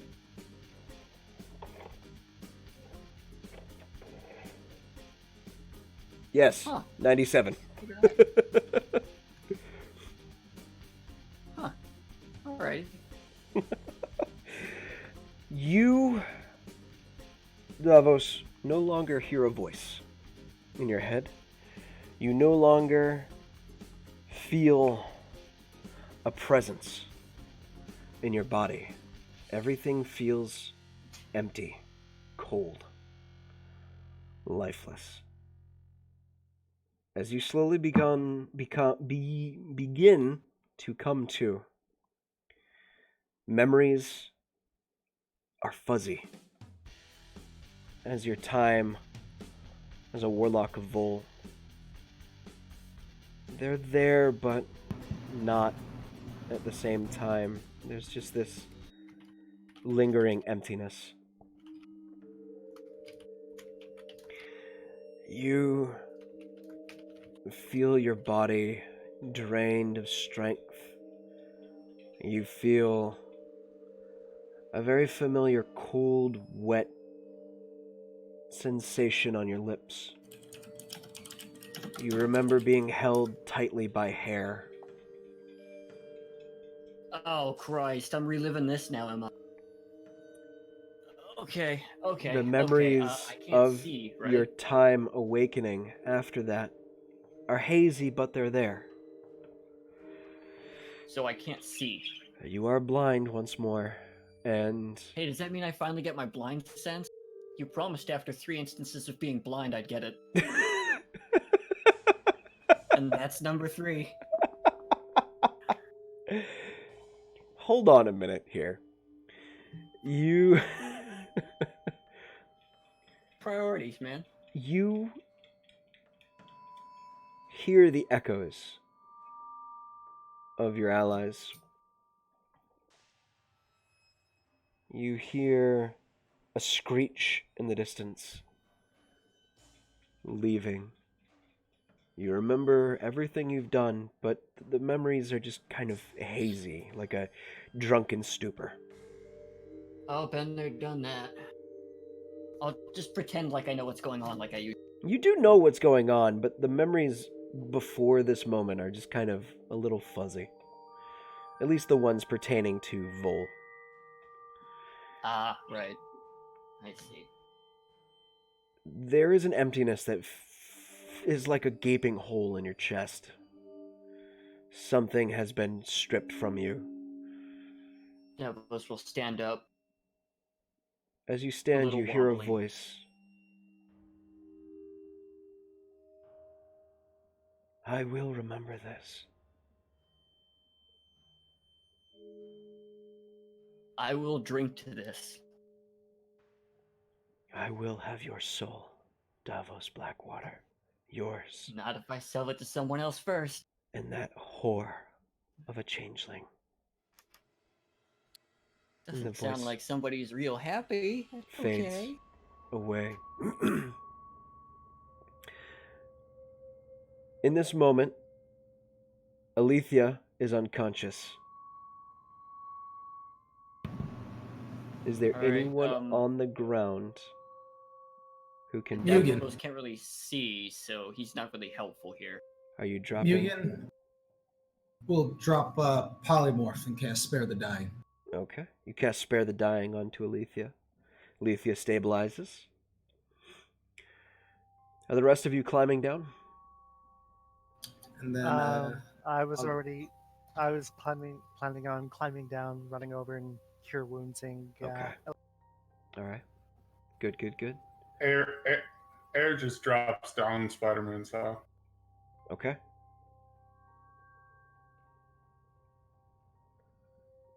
Alrighty. As you all stand there, Davos, no longer in his hands, is holding the dagger and has vanished.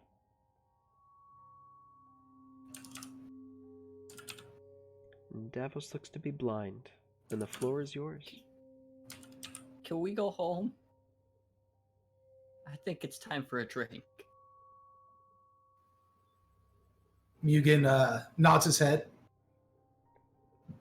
and Hello? casts Anyone? False Life on himself. Noticing he's looking around with that 1,000-yard stare, and noticing he's blind. Air will help.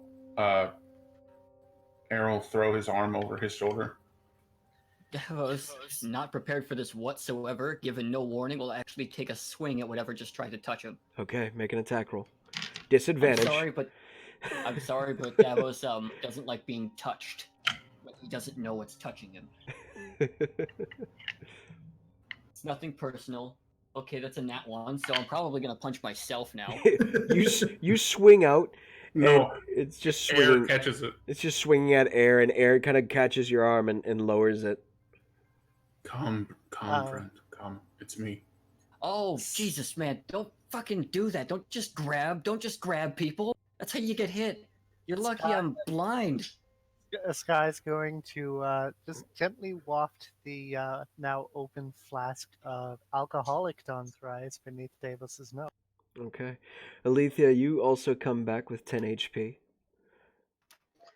Okay. As there is an alcoholic beverage in front of your nose, Davos. I'm gonna take my obviously I'm action. drinking that. I'm gonna take my action to use my Smith's tools and repair my Iron Okay, Defender you're because gonna it fell as well in battle. Okay, so you're gonna take some time repairing the Iron Defender. Good to know. Okay. How long do you need to get 1 HP up on it?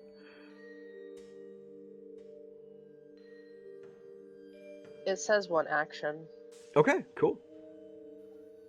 Oh, my All right, turret is can we- And I have to spend a spell slot to do it. Okay. Awesome. Davos will also take out his personal little enchanted flask, unscrew it, dump it into the other flask as best he can, try and spill, and then drink that instead. It needed a bit more kick. No, do yourself a Trying to favor. Drink the alcoholic Dawn's Rise first before you do that. Yeah, I'm just gonna look. You put something in front of me that smells like it's going down the hatch. I'm Okay. in the middle of him yelling at Air. You hand drink and he stopped full mid-sentence, changed attitude completely from angry to, what's that? What you got there? Is that booze? Give me that.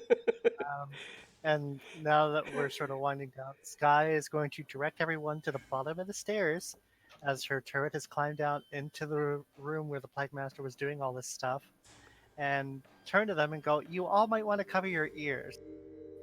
And she's going to use an action to make the turret explode. That was just gonna go ahead. Okay, and so cover his you're ears 'cause sending the he's turret already over to blind. where the equipment is. Yep. Okay. Mugen is giving you the dirtiest look. Giving who the And- dirtiest look? Whoever is Sky as she blows shit up. Okay. And the turret will explode for 3d6 force damage. Oof.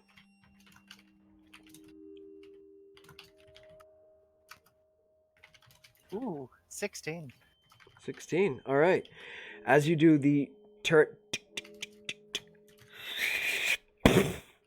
detonates, and there is another puff of cloud, but you deal enough damage to render this operation destroyed at the Oh, moment. good, it worked. I don't have to come up and shatter everything. Mugen summons his Book of Shadows from nowhere, walks over to Sky, opens it up, and it just says, "We might need the cure, good job." And then closes the book, resummons it, and if there's no like nasty clouds, he'll start rummaging through what's left, trying to find any notes or materials that were used At in this point, disease. go ahead and make an investigation check. It doesn't last too long, about 30 seconds before it starts to dissipate, but you do notice that Mugen is losing a few feathers here and there. All right, that investigation is only a 9. 9. Unfortunately, you don't find any papers, anything written down on the bottom or around the table.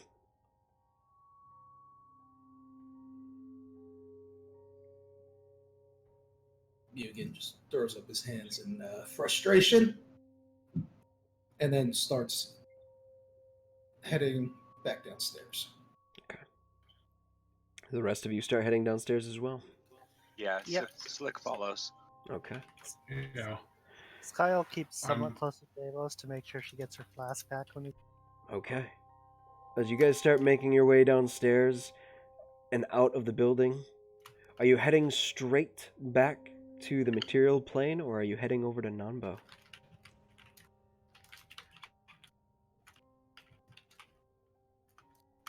I'm thinking we just go straight home. Devil for much anything else.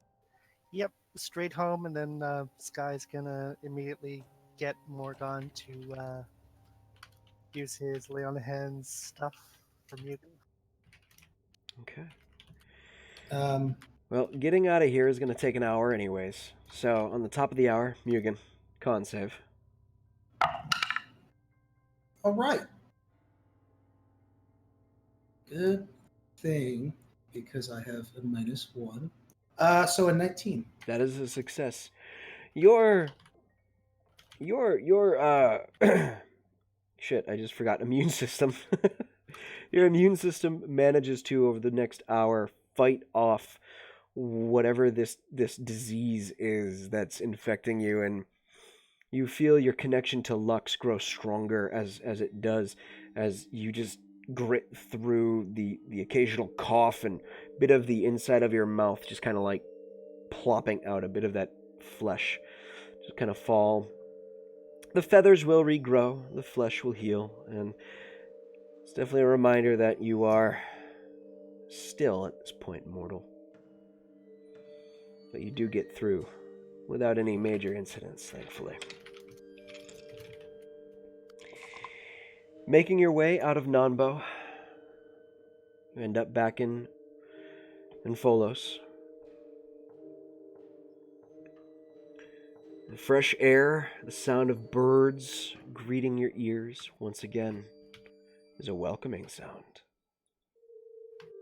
Very pleasant sound. The beauty of the world rekindling in your eyes, minus Davos. Yeah, minus me.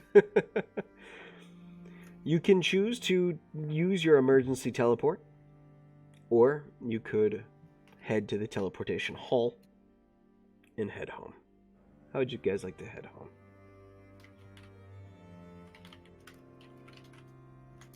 I'm just gonna return to the teleportation. Okay. room. All of you returning to the hall, you find yourselves stepping in and back in Silver Hall. A short jaunt over to the Azure Moon Tavern. Wraith, standing there behind his counter, just watching as you enter. Hello, Guildmaster. Sorry, we found this blind drunk on the way here. We had to bring him. Hi, everyone. I don't know if it's too much to ask. You just pour more alcohol down my throat. I need to cope with not being able to see again. How many times has it been? Does anyone know? I lost count. As you sit Davos down at the bar, Wraith quietly pulls up a pad and begins transferring. All of you hear the dings of credits being transferred into your accounts. And the location for you to go to get a brand new suit. I'm rich. It is known as the Emerald Flare Emporium.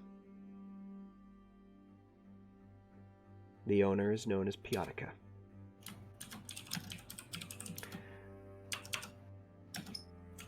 You might be a little upset with the whole no eyes thing, come to think of it. With that, Wraith smiles and leans in very close to you, Davos. Oh, look at you. Three of your bones. I imagine it's cold in there. A little bit. I suggest you like think. a mint or something? I don't need one. My breath always smells good. Oh, wait. No, hang on. Wait, no, that's me. Sorry. I suggest you think on whether or not you want to keep that emptiness or fill it with another void. I'll get back to you on that. I don't make the best decisions when I... And in the meantime, would you like me to regrow your eye over the next week? Yeah, I think I'd like an eye. It'd be great if I could see. Do you want Thank you. one or two this time? I get to have 2 eyes again? Only if you ask. Yes, please, 2 eyes. That sounds great. I want to see. Can I see again, Santa? Oh, Jesus! Okay. Wow! That got dark. Hearing Davos ask Again. please. Okay. Very well. Just to be clear, I don't owe you anything for these eyes before you start growing them back, right? This is just a here you go kind of thing. Davos. You owe me everything. But I'll never come calling for it. Alright, I can live with that. I'm glad you're alive. And Wraith actually will Yeah, me give you too. a hug. Aww. Big guy's got a heart. I had no idea. Of course, I guess I'll return the hug. Sky Be rude immediately not to. takes out her phone and takes a. You're a good son. Happy to have you as part of the family. And Wraith Yay, me. steps back. Now, who would like a drink? A good hearty drink. You don't even need to ask me, man. I'd enjoy a drink, but I think I'd also like, if I may, borrow the kitchens. Please. Sky's gonna pat Davos on the shoulder, smile, go, "Happy birthday," and take her flask back. Does Davos have his eyes yet? No, it's gonna take a week. Y'all might want to refrain from touching Davos for a little while, or at least not without letting him know it's you. But Rafe does press his hand to your face, and there's a little bit of energy that comes out, and there's a pain there. And for the time being, both of your eyes are mended shut. Alrighty. I'm gonna take the eye patch off and put it in my pocket. Okay. It's a memento. With that, as you all settle in, I believe I have some level ups to hand out.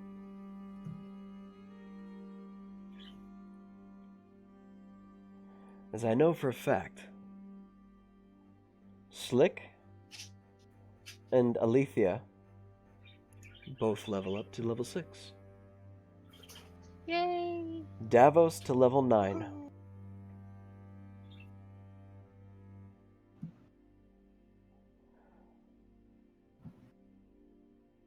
Mugen to level 9. Air to level 10. And Sky, one more level for you. Boss! One more session for you, Sky, and you will be level 10. Yep. Alrighty. With that, everyone, thank you so much for joining us this afternoon for the end of Davos Blackwater's arc. There may be more to come later down the line, but